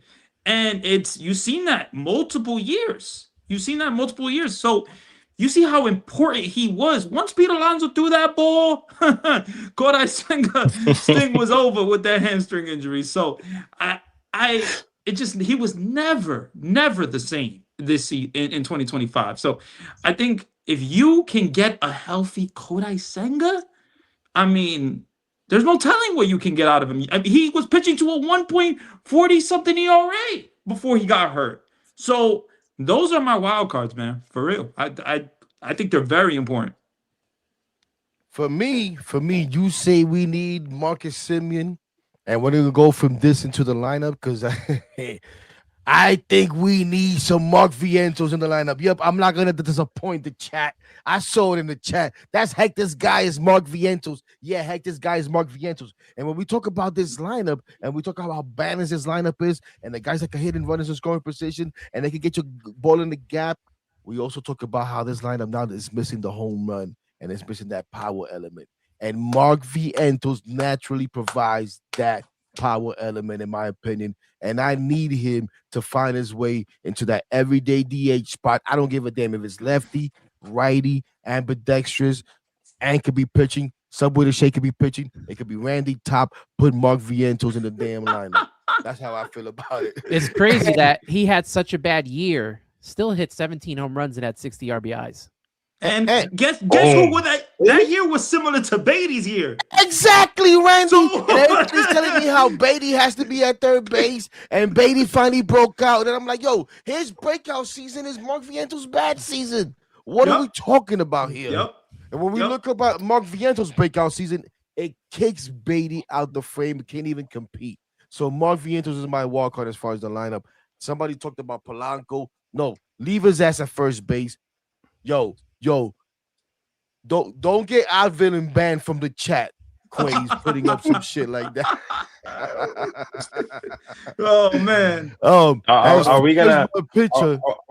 Are we gonna eliminate the fact that when Randy was talking about Senga, he was like, but when Pete Alonso threw that ball, I was like, Jesus. Listen, I was like, oh no. He's not the only one. I hate to bring it up, but he's not the only one. He's not the only one. But on that note, I'm right in line with Subway to Shea. I'm right in line with Randy. I just called him Andy. I'm right in line. Don't you guys call him Randy Martinez or Andy Calderon instead of it's Randy fine, Calderon? Bro. My dad actually wanted to name me Andy, but my grandma was like, nah, name him Randy. But for me, it's Kodai Senga as far as the pitcher. I'm right there with you guys, man. Think about it. If Kodai Senga could get away from his Jacob deGrom trait of everything has to be completely aligned, whether it be a hair over here, the fingernails got to be just right. Like this shit drives me Oh. crazy. It really does, bro. Everything has to be completely lined up. If he feels out of whack, he can't pitch. But if he can get over that, and the fact, I know people dismiss this stuff, but I'm a sucker for this stuff. I just played a soundbite from Bichette because that stuff moves me. The fact that he let it be known, I want to come back. I don't want to be traded. That to me says he feels like he has something to prove here. He feels like he has something to prove here. Maybe he finally figures it out. Maybe he finally trusts what's going on here. I thought maybe he was going to do it last season. It looked like there was still a little bit of mistrust. But what was it? You guys said it, the 1.45 ERA. Yeah. My guy Anna's over there about to fall out his chair because he can't stand it, right? He hates the fact that we need a 6-man rotation. He hates This the fact dude, that Singer has to go every how 6 is days. this dude dictating our rotation? Is he good enough? First of all, 6-man rotation is bullshit. When he's on the mound, he is pretty damn good. He He's is a- good enough when he's on the I mound. grew up watching 4-man rotations Yeah. first and then 5-man rotations. The But- 6-man rotation is bullshit. Yeah. Senga is not built for the. What was that? Senga not like built for. I was just gonna say that shit. He's not built for this shit, and he's not good enough to be dictating who pitches when, how many pitches they have. No, get Yeah. rid of his ass. They have Remember, enough pitching without him. That's Sanga fair. pitched every 7 days. Yeah, in Japan. Then Did go he back really? to Japan and Wait. pitch every 8 days for all I You, care. you know what? He You know what ain't scares shit to me? me. They need know need what's- to stop babying him. They Thank need to you. stop But babying you know what it him is? and I just just be like, don't- listen, man, you're gonna pitch the 5th day. I just don't think- I don't give a damn about your I just don't think they 6 wanna days, do that. 7 day, 8 day, whatever. You need to pitch. I don't Thank want you. Oh, this. Oh, I got a break for a whole week. Oh, no. Yo, Get your word. ass to the field. Singer's the one kid in school allergic to everything. Yeah, every- Get your Yeah, ass to the field. I'm yeah. knowing Get as your hell, ass to the too. field. Get your ass to the field. He just needs to go, in my opinion, man. I'm sorry, man. He's killing him. Oh wow, that Yo, is- Randy. And so what he Sushi said, from they a don't- they bodega don't like lasts our wild longer card, than bro. Our wild card is being chewed up in the chat. It's being chewed up by Ant. Let's go, Senga, baby. Senga, Now I'm listen, sorry. all that is fair. All that is fair. Is just as long as he's on the team, I think he's the wild. I think for me, he's the wild card. Just think about it. If he can get it all together, man, and we're all excited, and we pretty much consider it a given that Nolan McLean is going to come out and rock out and have this great rookie year and possibly win rookie of the year. You know what I'm saying? We have it all written and we have it guaranteed that Freddie Peralta is going to be that guy that's going to be at the top of the rotation until McLean pushes his ass and says, nah, I'm the number one, right? Mhm. So let's say that those things Absolutely. happen and then Kodai Senga comes and pitches to that 1.45 ERA and is able to consist, even if it's every 7 days, I think that'll be a big boost. And The point I'm making about a 6-man rotation is you want, and again, I'll say it again. I grew up in a different era than you guys. All right. I saw, late 60s, 70s. That's all that shit. So I see baseball different than you guys. I'm not the analytical shit. I don't get, but the shit with the 6-man rotation to me is I want my best pitchers pitching more than anybody else. Why do I want some scrub pitching as a 6th man in a rotation? Now he's taking maybe on that particular day, my ace was facing their 5-starter and he sucks. Guaranteed win for me, right? That's how I look at shit. I don't give a shit that you need rest. Sorry, get your ass out there and pitch. Mm-hmm.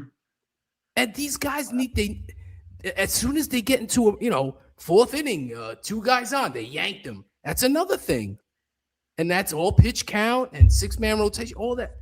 They've ruined baseball with that shit. For me. For me.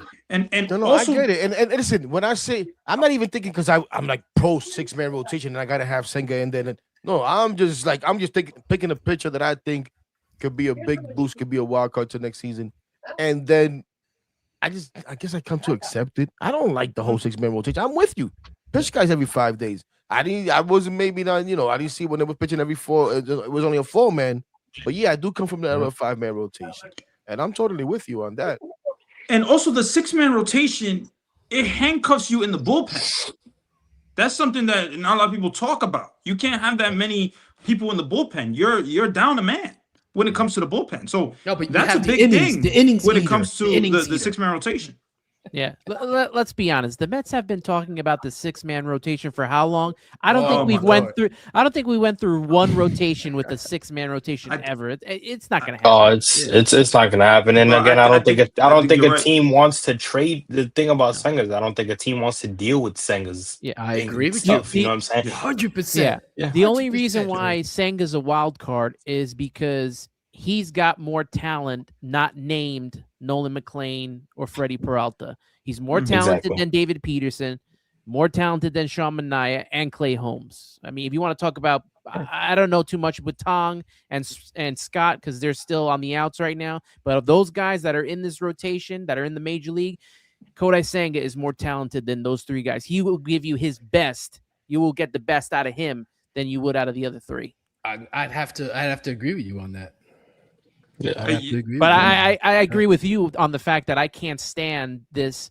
His hair's got to be aligned and the arms got just. You got to pitch. We got to figure this out. You got to get into a rhythm. If you're pitching every fifth day, get into the rhythm. Like not everything is going to be perfect. Not everything is not everything is. He needs to. They need to just like shock his system or something. Do something. He need to just put him out there, man. Like yo, you gonna pitch. I don't care, bro. Like get him not an gonna Asian pitch. massage, You're not gonna man. pitch here then. You don't want to pitch here. Like bye bye. Take him to the Right. Asian spa, man. And I got let him put him down for a little while every fifth day. he's got a lot of that. He's got a lot of that in Flushing Main Street. He could just walk up a couple blocks. He's Word. good. He's good. Like yo, it was what he was. What it was warming He's up or good. something. He's something in good. Florida. The heat. Oh, it was too hot. It was too hot. I was uncomfortable. Yo, like what is this? Like you're a baseball player. Oh, man. You're a major league baseball player. We can't make accommodations for you every single time.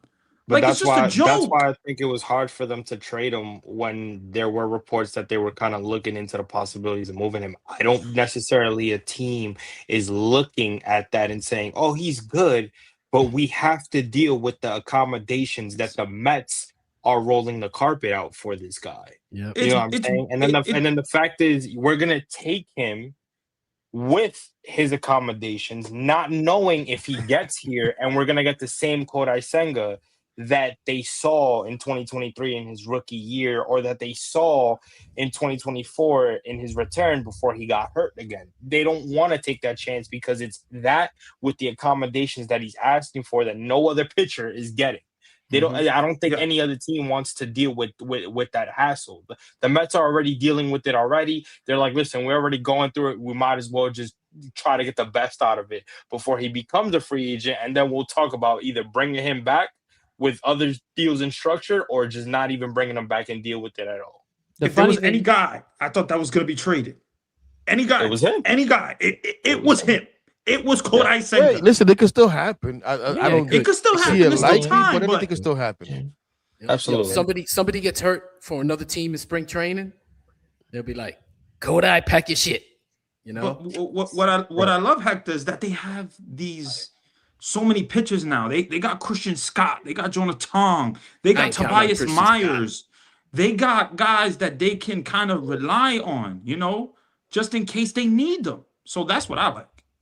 No, Yeah, I man, agree. I agree. Man, I don't know. Quays, you just took one of the things that was started to be on top that I was going to actually share right now because somebody was saying how the Mets were forced to go get Bichette because they missed out on Tucker. And it was, kind of like, but guys, I think we need to get over and we need to pay attention, man. We need to pay attention. It wasn't like it was a panic move. It was something that they had planned. And that's what a good front office does. You have a plan A, B, C, D, E, F, G through the whole damn alphabet if you have to. Do you remember when, Hector, you remember when the Mets used to do everything like they had to get this first deal done before they moved on and did like they got to get this done and then they can work on that. You need to, like you said, you need to have different plans for different scenarios, and that's what makes a good front office, and that's what they're doing right now. And they had that in the back of they were ready, man. They had put in the groundwork. You know what I'm saying? They had contacted that. We found out since the GM meetings they had made contact as they were getting involved with the Tucker situation. They made contact with Bichette as well. Probably when they saw that the Phillies thing was getting louder, maybe not. But just as a backup, like, hey, let's get ready here. If this doesn't happen, things are gonna move fast, and we need to be prepared. And that's exactly what they did, and they wasted no time. So I think we need to just give them credit for how they handled that right there. I mean, if he's the second option, third option, I don't care. He's here. Let's support the team now. They're here. Let's get going. Maybe Tobias Myers could be sneaky. Maybe he could be a starter for us. If he's starting for us, there's a problem. Who's that? Tobias Myers. Oh no. You know what? I see him more like the Trevor Williams. I see him more as a guy. reliever, but yeah, I need him to be like the Trevor Williams guy. Remember when Trevor Williams was coming in the third inning and pitching 2-3 innings and holding it down, and we were able to come back and win those games? That's what I need from him, like to be that long relief guy. Quays, give me a second, Quays. I'm gonna run through these real quick, because then I want to get the hell out of here. I want to get these guys out of here, and I want to get the hell out of here. But I do want to touch on some of these because this is something that for me, I don't know about you guys. Since the beginning of the offseason, I felt like Freddie Peralta was gonna be the guy. I felt like Freddie Peralta was be the guy that David Stearns would feel comfortable making a trade and spending the assets that it was gonna take. Because he knows the player, right? He knows the player. He knows the organization. He knows the counterpart that he's dealing with. He's not going to get fleeced. I felt like that from the beginning, and I said it over and over. And I also feel that Freddie Peralta could be the guy that David Stearns says, you know what? I'll give you an extension. Because, again, he knows the player both in and out, on and off the field. Also, Scott Boras isn't his agent. And Scott Boras in his agent, and we found out that Peralta's been amenable to a. I even saw today that he wanted to be traded somewhere where he could possibly come to an extension. He got family in Queens, and he was trying to get an extension in Milwaukee.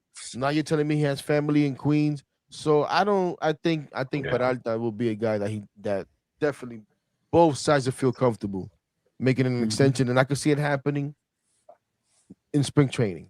I'll say that. I don't know if you guys want to add anything to that. I agree. Yeah, I agree. Let's see. Again, hopefully, but Lisa said you guys better do this more often. Great show tonight. Appreciate you, Lisa. It ain't gonna be a lot because everybody's busy and everybody got their own thing. But hopefully, we'll do this once a month and we're gonna bring guys through. This has gone a lot better than I thought. Not a lot better than I thought. Has flown, and it's because these guys are professionals. It's been fluid, you know what I'm saying? We haven't chopped over each other or anything like that. It's been pretty damn good, so it can work. Professional. Take the compliment. If anybody's seen my shit, you know I ain't no professional. Take the compliment. Dono says re-sign Marte for the vibes. Where are we on Starling Marte and the bench? That's exactly what I would bring him back for. I would bring him back to be a bench piece, just a bench piece. How can you a bench piece and you can't play anything? That's the problem, right? You could be you already have Tyrone Taylor. He could be your pitch hitter. He could just be your pitch hitter. He doesn't. I mean, the outfield. If you want to for 3 weeks, where is he going to play though? I get it. The injury, I understand, but man, he's a good hitter. 100%. You're right. Where's he going to play? Where's he going to play? Because Beatty's going to be your utility guy. You got Tyrone Taylor's the backup outfielder. You got Mark Vientos is going to probably be the DH. I just don't know where you play Starling Marte at this point. No, you just have him on the captain. You just have him on the bench, bro. I don't know, man. I just have him on the bench. He cannot take away at bats from younger players. That's what you tell him, man. You cannot take, at bats from a Mark Vientos. You cannot take at bats from, a Brett Beatty, any young players. So but you can be the bench piece. Put him in charge of Latin public relations or some shit like that. Put him in charge of the Blood Doors Land Roundtable. Who's the guy on the bench right now that you trust? Nobody. Talk about that bench. When you look at Fangraphs and you look at their roster Torrens. and the way they have it laid out, they have Ronnie Mauricio on the bench. Where are you My guys? guy? Yeah, your guy. Where are you guys on Ronnie? I'm on the Ronnie needs to start the year in AAA. Yeah, Yes. he's not. Yeah. He only has Same. one option left. He's got to Yeah. start in AAA. Yeah, I agree. Yeah, same. I agree. They Absolutely rushed agree. him up. In AAA. They rushed him up too fast because I think Vientos got hurt. Yep. And he wasn't healthy himself. You could tell at the plate he wasn't healthy. And even towards the end of the season, I think he kind of felt jaded a little bit because he wasn't focused. No. He was getting No. picked off. He wasn't playing good defense. Like it wasn't the Ronnie that we saw in 2023. Bingo. Look at this comment here, guys. Even if they got Bichette, do we honestly think Beatty's going to progress sitting on the? Well, they got Bichette. Do we honestly think Beatty's going to progress sitting on the bench again? If he can't play left field, then we screwed. I don't know about us being screwed if he can't play left field. I mean, Well, there's Honestly, I still think Beatty multiple should be options. traded. I came into this offseason saying, out of the four, Vientos, Acuna, Beatty, and Mauricio, at least two need to go. One is gone. We need to figure out what to do with out of these next three. And if it's up to me, do I need to say what I feel about Vientos and whether I want to trade him? I don't think so. And I'm taking Mauricio over Beatty any day of the week. I think Mauricio has an opportunity to be electric. We I had know that it's been conversation, uneven. We had that conversation, me and you. Remember? I think you did ask me that, right? Yeah. It was three of them, though. It was three of them. Right. It was Mauricio, Vientos, and Beatty. You I can only still- keep two. I still think but what's his face? Beatty could possibly be traded. Because listen, that is fair. Like, is it fair to keep him on the bench? Should he go somewhere and play? Now, who do you trade him for? Do you trade him just for, to replenish the minor leagues? Do you try to get a major league arm? I don't know. You hear how the Marlins like Beatty. I don't know, but where are you guys on this whole Beatty thing? You guys really think Beatty should be that utility guy? You think he's gonna stick around? I think Stearns is high on Beatty. Yeah, I I agree. think he is. We've heard it in press conferences. They even talked, even after the Bo Bichette signing, he reassured him that he was going to get a certain amount of at-bats. They were going to play him all over the field. Look, Simeon's Yeah, I saw that. 35, 36. You could plug him in at second base a couple of days. If Bichette's needs to play DH, you can plug him in at third base. He'll probably get some time at first. He'll Yeah. play in left field. He's going to be Jeff McNeil until there's someone better. Yeah, Absolutely. I And agree. credit to Brett Beatty playing second base, like really working on his craft, getting better at third base. Credit to him making him more versatile. I really liked what Beatty has done, and I feel like Stearns really likes it as well. So I like Beatty. I think, look, if you could get a Scooble for him or something like that, then okay. Then go trade him and put him in a big ass package with Jonah Tong and all those guys. But if not, there's no need to trade Brett Beatty right now. There is no need to trade Brett Beatty because right. Brett Beatty's a big piece. And also, Bo Bichette, he has an opt-out after the first year and the second year. So it's not like Bo Bichette is gonna be here forever. And you have Brett Beatty, waiting. So, and you also have Jacob Reimer, but Jacob Reimer is a little probably He's a not year and a ready half yet. away, Yeah. 2 years around there. He's getting close, but he's not there yet. But you got Beatty, so he's a big piece for this team. And obviously Mauricio is a guy that he's just the guy that he's had a lot of struggles, man. Like he really struggled, but he struggles like right-handed, man. Like he's such a it's such a weird thing. He needs to really focus and maybe change that and just hit lefty. Because at the end of the day, he needs to get better. But also, he needs to make more damn contact. Mauricio was striking out so much, wasn't making much contact, and swinging at everything. Like, Ronnie Mauricio needs to get better, and the speed. The torn ACL, I don't know what the hell happened. I guess it was the injury, but he has not come back the same. He has not. I like Mauricio a lot, and I think he has a really good ceiling. But there's a lot of things he needs to work on as a baseball player, and he has to, like I said, play more baseball. That's what he has to do. And I'm the biggest Ronnie guy. I want Ronnie to be a Met forever if it was up to me. But I want him to be successful, and I want the team to be successful. So what we got to do here? I don't know. Are we just gonna wait for him in AAA? Are you gonna put him at AAA, let him play there the whole year, and maybe the next year call him up? Or are you gonna trade Ronnie Mauricio and maybe for a better piece that you need for this team? I have no clue. Well, maybe he should start learning how to play third because Bo Bichette's probably going to be here for well, at least at this point, we know he's going to be here for a year. Yeah, there's no one playing first base right now if you count Jorge Polanco. So Well, he might need to start learning how to play new positions, just like Brett Beatty did, and that's why Brett Beatty is still going to be here because he's going to be your utility guy. Look, they traded Jeff McNeil, who was their veteran utility guy, and they traded Luis Angel Acuna, who's better defensively. As the utility guy, and they like Beatty. I mean, I think Stearns likes Beatty. And that sounds a little like white privilege to me, but they also waited way too long. They also waited way too long to change his position in the minors. Way too long. He was playing shortstop. Once you got Francisco Lindor, you should have tried to change his position, but you took more time and you hurt the kid. So that kid is tall, that kid is strong, but third base, he looks pretty good defensively. He looks slow at times, but the defensive metrics really like Ronnie Mauricio, maybe because of his really good arm. Yeah. But I don't know. Maybe he does need to learn first base or something. Maybe he does need to make himself more versatile, but he needs to do something, and the Mets need to figure that out.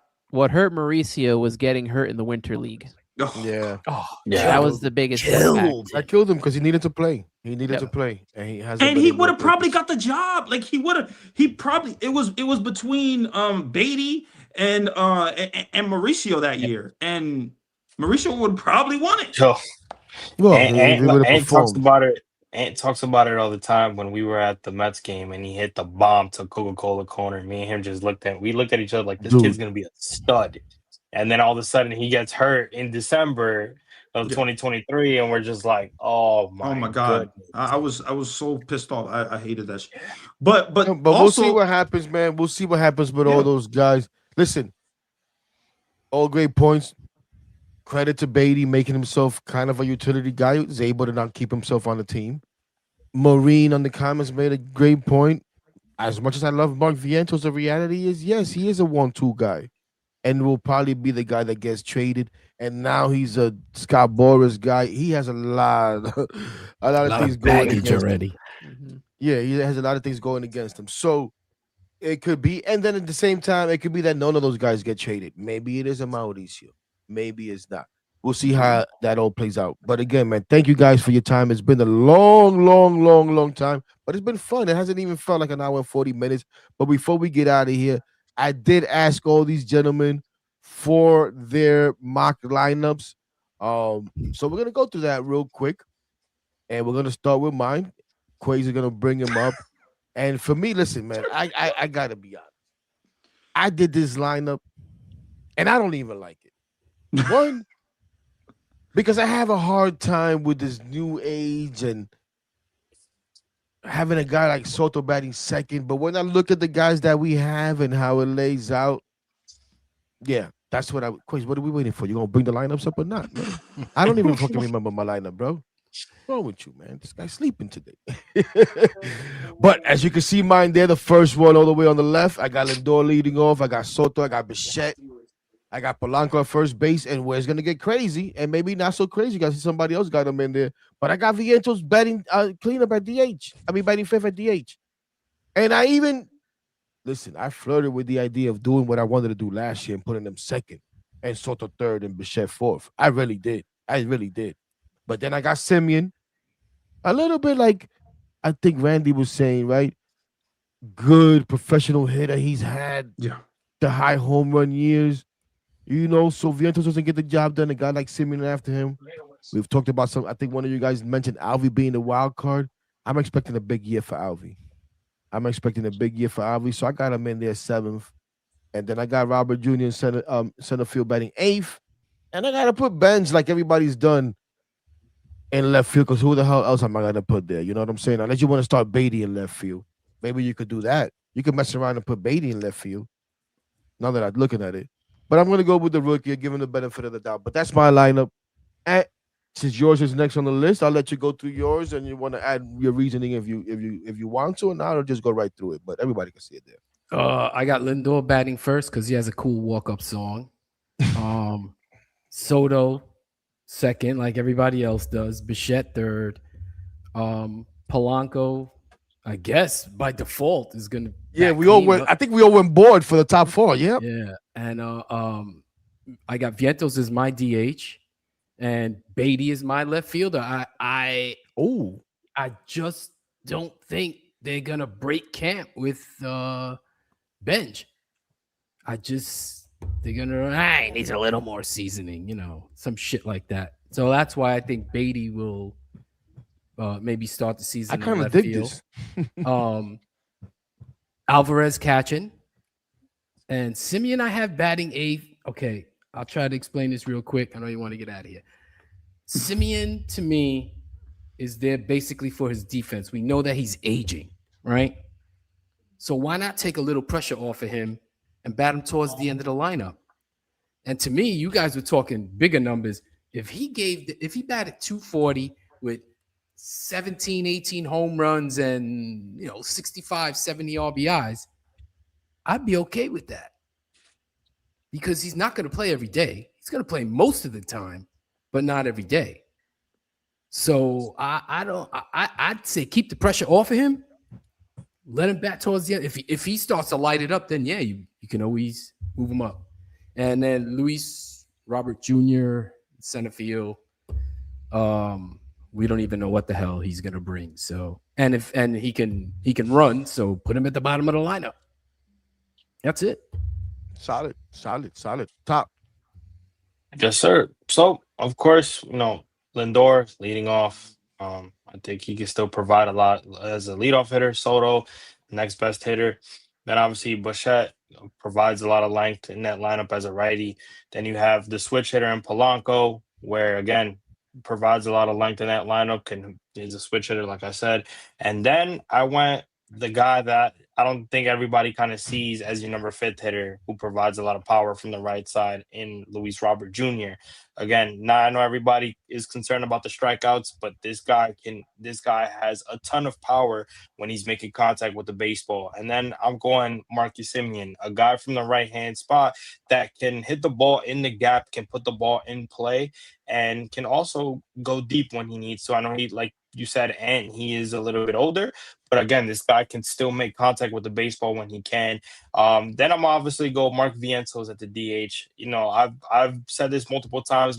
If Carlos Mendoza wants to give Mark Vientos or Brett Beatty a chance in the lineup together, even though Beatty's on his lineup, I would have Mark Vientos as a DH, because even though he is not a good defender, his power bat, it's something to still prove, and it's something that you can still hold on to. And then obviously Francisco Alvarez as your number 8 hitter, and then Carson Bench. I think they've spoken a lot about Carson Bench. I think the opportunity is there for this kid to play left field. So yeah. Randy.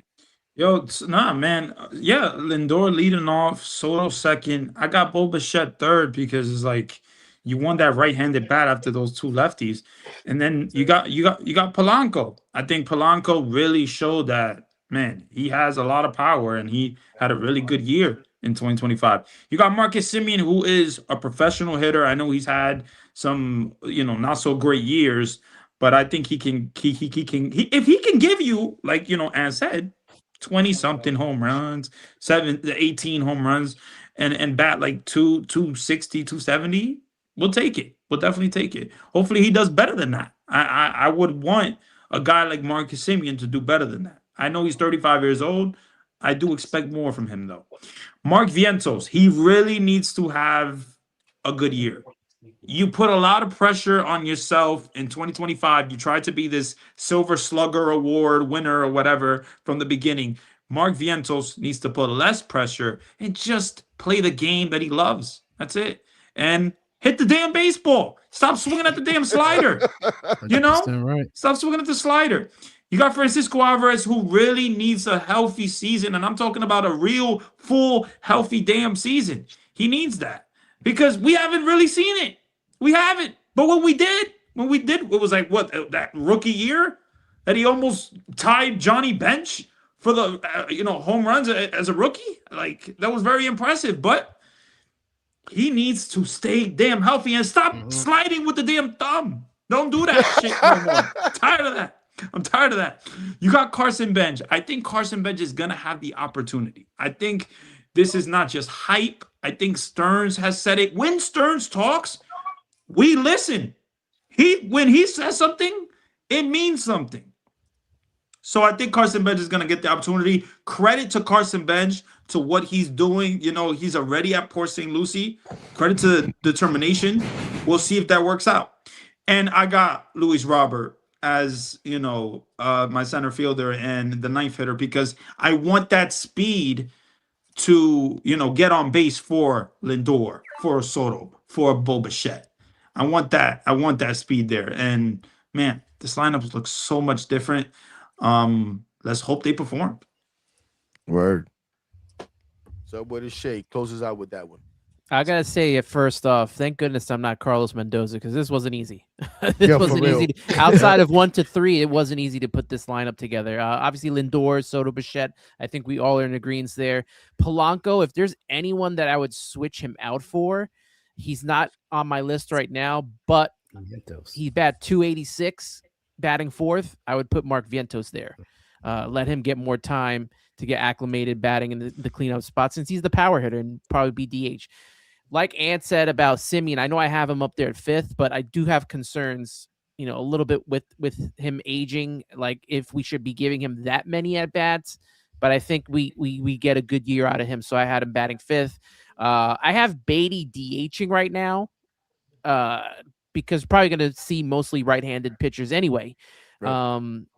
If he's not DHing on opening day, he's probably the left fielder, just like Ant had in his lineup.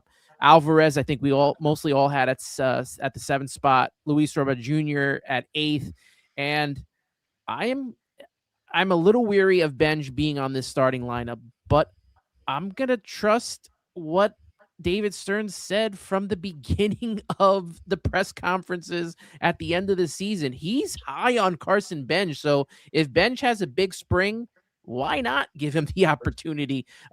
There's not going to be that much pressure on him to start off the season, but I do understand that there's other reasons to keep him down. And, if he just doesn't get off to a hot start, fine. But let's see what the kid's got, I guess. No, listen, like you said, this was tough. Let me tell you guys something. And there's a comment here, and I apologize when we put up the comment. I apologize really to Ant because I want to keep the lineups here. But when I put up the comments, it's going to cut Subway to Shay off a little bit. Bear with us. That's all right. I apologize for that. I'll be a good. He said, I'll take the sacrifice. No, but I flirted with this. Not necessarily this right here. I flirted with the idea of moving Lindor from leadoff. I did. Not nothing against him, but just maybe move him down into a more of a run producing spot or whatever the case may be. But I was like, who to put leadoff? Could Robert be that guy? I don't know if Robert is that guy. What do you guys think about that? I think honestly, like, this team has been lacking a leadoff hitter for some time. Like I like Limo was cool, Lindor is cool, but I want Lindor in a run producing spot. That's what I want. So if you could put Luis Robert in the leadoff spot, that's a guy that could get on base. He could steal bases and he has to show that he can do that. But there is an issue, and it's the performance of his recent years and also his lack of playing time, that he's had. So I get it, But if you could get that 2023 guy, I'm putting him as my leadoff for sure. Anybody else want to chime in on that? I asked this question on X, where do you think he belongs? And even on the podcast, a lot of people just say 7 or 8. Some will say 9 too, because batting leadoff, that only works at the first at bat of the game. Then you're cycling through the lineup. You have him at 9. It's kind of like having another leadoff guy almost. Correct. Yes. 100%. Yeah. Now, somebody said here, and I'm losing it now because there's too much stuff going on. And Quay's put something up there for me in the stars, and then he takes it down. But somebody has said that I'd hit that podcast and had the best lineup. And I got to be honest, I got to give you kudos for the Beatty in left field. I really do. I got to give you kudos for that. And yeah, I don't know if you said you have the best, or maybe you do. I do, but I do like that. I do like that, Thank and you. I understand the concerns with. I understand the concerns with Benji. I understand the Thank you. concerns. I think I have one more here on the lineup, and then we'll leave that alone. Oh, where is it? Where is it? Where is it? What is it? What is it? What is it? I believe in Jared Young. Yeah, that was hilarious. That's what we were laughing at before. When you were talking before, that's what we were laughing at. Yeah. Oh my God. What's up, Frank? Frank says Beatty starts in left field, or the starting left fielder isn't on the roster yet. So Frank also does not believe in Carson Benz and likes the idea of Beatty in left field. Has Beatty played? I think they messed around with him in the minors, right? Absolutely, they did. Yep. Give him They some did, time out yeah. there to see. He's played a little Yeah. bit of left field.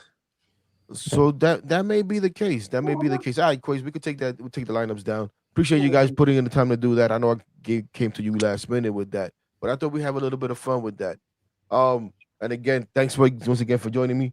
Thanks to everybody in the chat for the comments and all that stuff. We try to get to them as best as we can, but when you got so many people talking, it's kind of hard to get into that. Let me ask you guys this real quick. I don't know if I asked it before. Last question. I know if you're into that, the metrics and all of that stuff, we've gained so many games in WAR, right? And let me ask you this. I don't know who's into. I know you're not into it. I know you're not into it, right? Put the big X in front of me and Right. Whoever cares for this stuff, right? Which one do you value more, and maybe do you value it more for one side of the ball or the other, right? Is it the Fangraphs war? Is it the Baseball Reference war? I look at these wars, and one war has David Peterson and Freddie Peralta at almost the same war as last year, as far as Fangraphs is concerned. And then I look at Baseball Reference, and it's not even close. You know what I'm saying? What do you guys think about that? I think it's nonsense, a lot of it. But what are you guys thinking? Which one do you value more? Which one do you put more credence to, if any? I Want me to usually take look it? on 'Cause I'll Baseball take it. Reference. I mean, I usually look on Baseball Reference, but I mean, I don't know. It's there's so many stats now Yeah. that this guy's good. You'll look at some. You ever see when they do, some people on X, they'll put two guys and compare them together and like, oh, this guy's better because he's got this much WAR, but then he has the other stats for the other player, and it's like Yeah. home runs, batting average. It's like, Yeah. okay, but isn't he better? So it's Well, like, shout out to my boy Jack. I don't know if he's watching. He's gonna love this. And it drove him crazy last season. And every time he sees it now, still he'll send me a text and he can't come to grips with the fact that Juan Soto has so much a greater WAR than Pete Alonso last year. But if we watched the Mets last year, and can no one tell me that Juan Soto had a bigger impact than WAR? And don't talk to me about how, Pete was able to do what he did because Juan Soto's in the lineup and Juan Soto makes the lineup better. I'm talking about results. When we get down to results, Pete, I felt, impacted games more than Juan Soto did. You know what I'm saying? But Juan Right Soto here. has the better WAR. These are my metrics. These are my metrics right here. My eyes. My eyes. I don't need a F. What is it? F WAR. Fangraphs FIP WAR. FAB, FIP Fangraphs FAB, WAR. isolated slug. Well, and look, I'm glad you mentioned FIP because that's one of the differences too, right? And FIP is actually one of the new stats that I kind of like accept because I get it, that fielding independent pitching, right? And I would think when you're gonna do that for pitching, I would think that's an important stat. And Baseball Reference does not go by FIP when they do their war, and Fangraphs Th- does, right? this is why Juan Soto has a higher WAR than Pete Alonso. He's got more home runs. He's got more stolen bases. He's got more walks. He has a higher on base percentage. And then if you account for all the errors on defense that Pete Alonso committed that led to big plays into them losing games, I think that also accounts for it. It's not just, Pete Alonso came through in the clutch and, all there's just so many factors that are Right. accounting for it. Yeah, Pete Alonso did have bigger hits for this team, and Mhm. Soto wasn't as clutch, but because there's other categories that you're accounting for, I think that's how he gets a higher WAR than Pete Alonso does, statistically speaking. I bring that up to say, okay, we gained this war, and if you're into it, that's exciting, right? We're excited about the the different type of hitters that we have, the different type of lineup that we're gonna have. But do we worry about the games played that we may miss? Where are you guys on that? We gain here, but we may lose here. What you mean, like injuries? Is that what you mean? Yeah. Like, listen, all these guys that we've gotten. Listen, Pete Alonso, 162 games a year for like 3 years in a row. And if not 162, 161. Brandon Nimmo, who started out, missing time a lot. The last 3 years, 159 and better. Yep. So, and now we get Bo Bichette. How many games he played last year? Well, And he's has he been missed? he's had some injuries. Yep. So, You know yeah. what I'm saying? We already know about Robert. Mhm. Simeon has missed some time. I think it's the pitching. The pitching did Yeah, not stay I agree. healthy, which led Mhm. to us having to overuse the bullpen. Mhm. I think that's going to be the biggest issue. If the lineup can stay healthy, I think it's a pretty decent lineup. But the pitching has to stay healthy. They need to give us more than 4, 5. Like, to request 5 innings from these guys is absolutely ridiculous. They should be giving us 5 innings. They shouldn't be taken out early after 98 pitches while they're pitching a gem. They should be doing these things. And the fact that they get hurt, they're not pitching enough. Now we got to spend time going into the bullpen, using up all the guys in one game. That hurts. That hurts this team, and they got to figure that out. Yeah, I'm not the biggest like war guy. I don't think I'm the biggest war guy, but when I look at the offense, I mean, of a player, I look at the runs that they batted in. I look at it, they hitting with runners in scoring position. I look at the batting average. I think that's huge. But realistically, that's what I look at. And the defense, I do look at the defense, but Juan Soto was absolutely horrible in the beginning of the year with runners in scoring position. Absolutely horrible. But what he did in the second half was amazing. I mean, it's Juan Soto.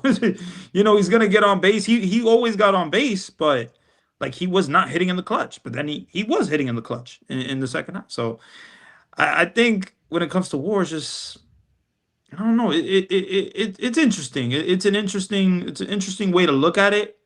Wins above replace. I get it, but I'm just not the biggest war guy. I don't know. Just Yeah, I don't get it. I don't get it. I don't care about it. I don't get it, man.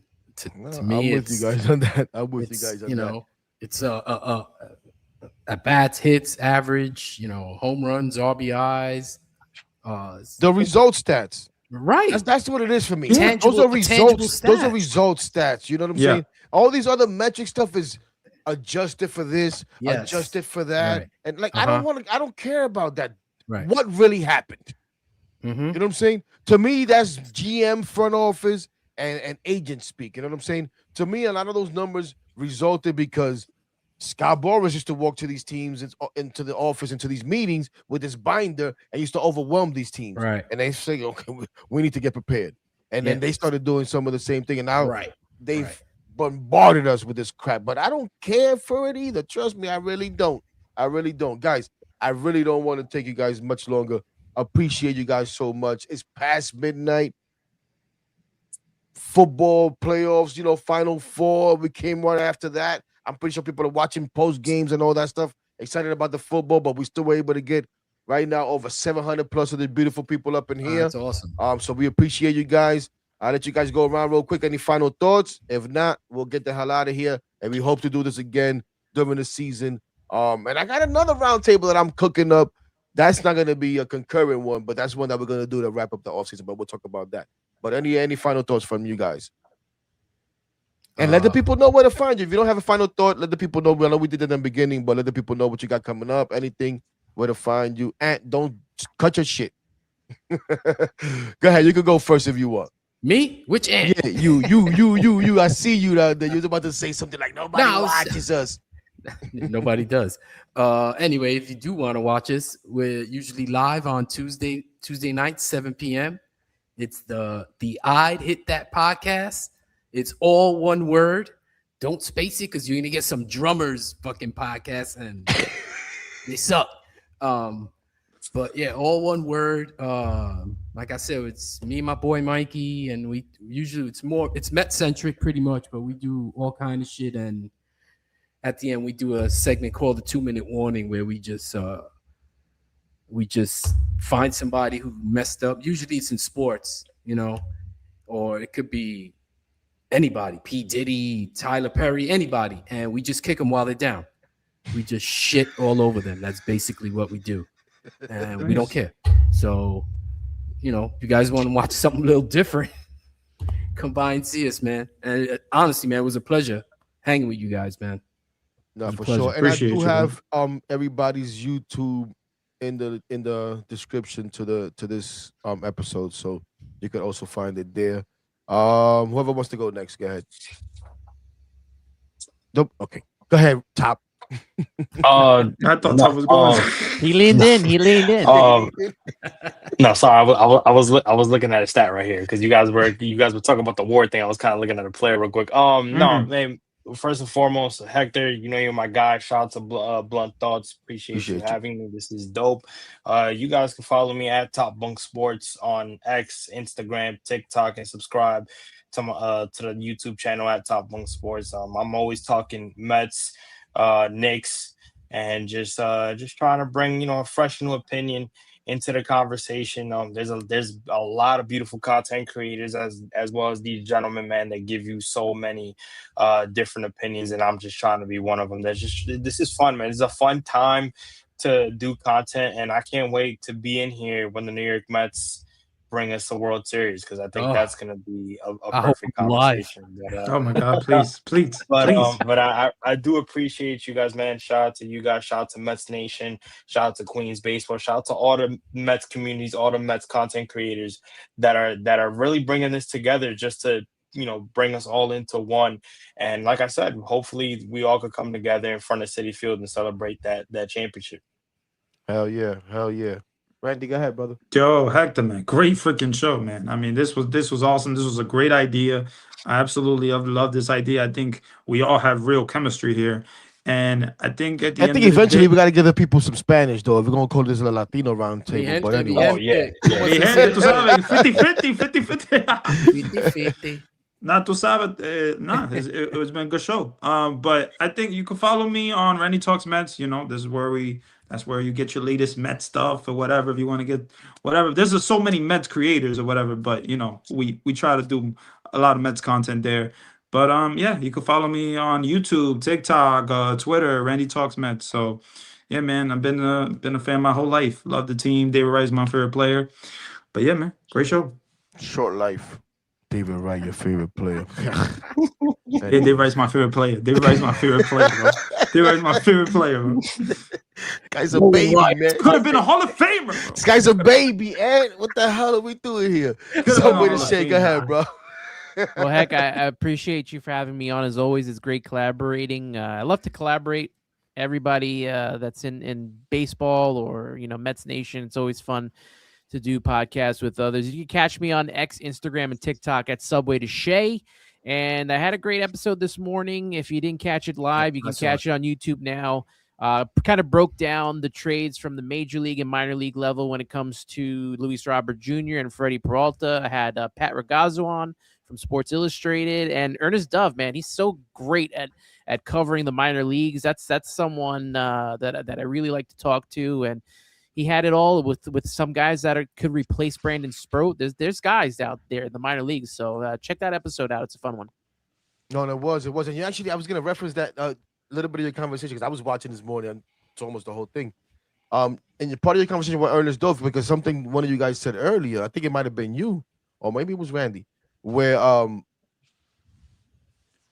the guys that we're so stacked in the minors, there's so much that some guys may have to start double A, lower than triple A. Yeah. And that's something that Ernest Dove was talking about, especially Yeah. with the pitching, where some guys have already They have no alluded to choice. him, like, hey, we ain't got much of a choice. We think we should be in triple A or maybe, but we know we're gonna start in double A and stuff. And those are good problems to have. Mhm. Those are great problems to have. But no, like Ann said, that was a great episode. Go check that out.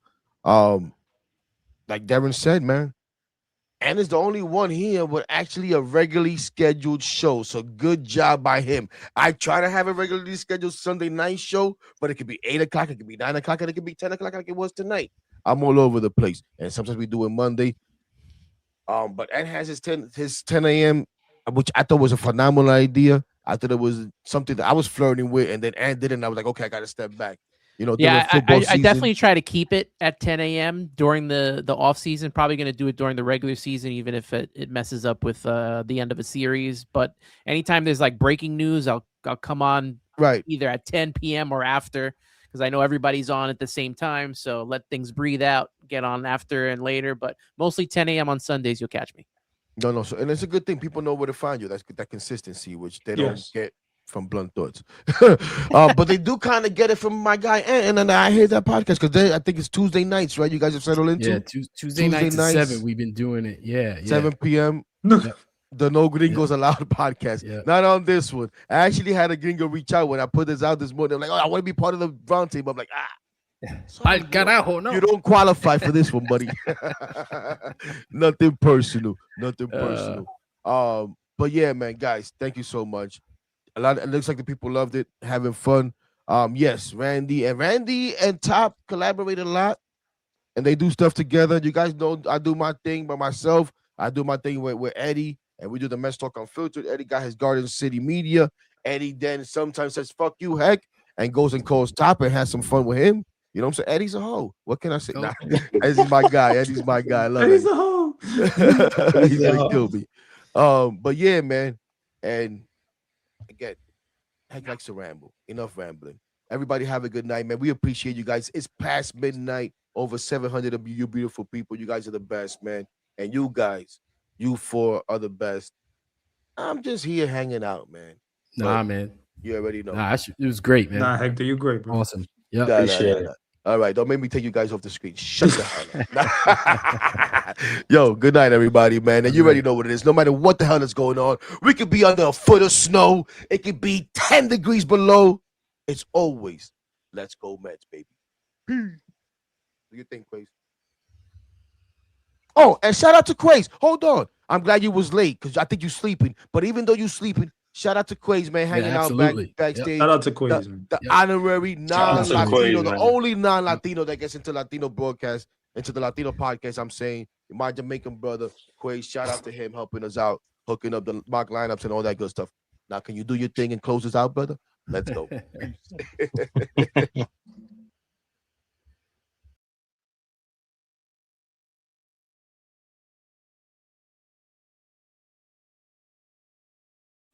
Full of animals and we made ourselves with minimal. Fuck you, no subliminals. Putting in this work, nigga. That's why they feelings hurt, nigga. Swear we need a hearse cause we rep our shites to the dirt, nigga.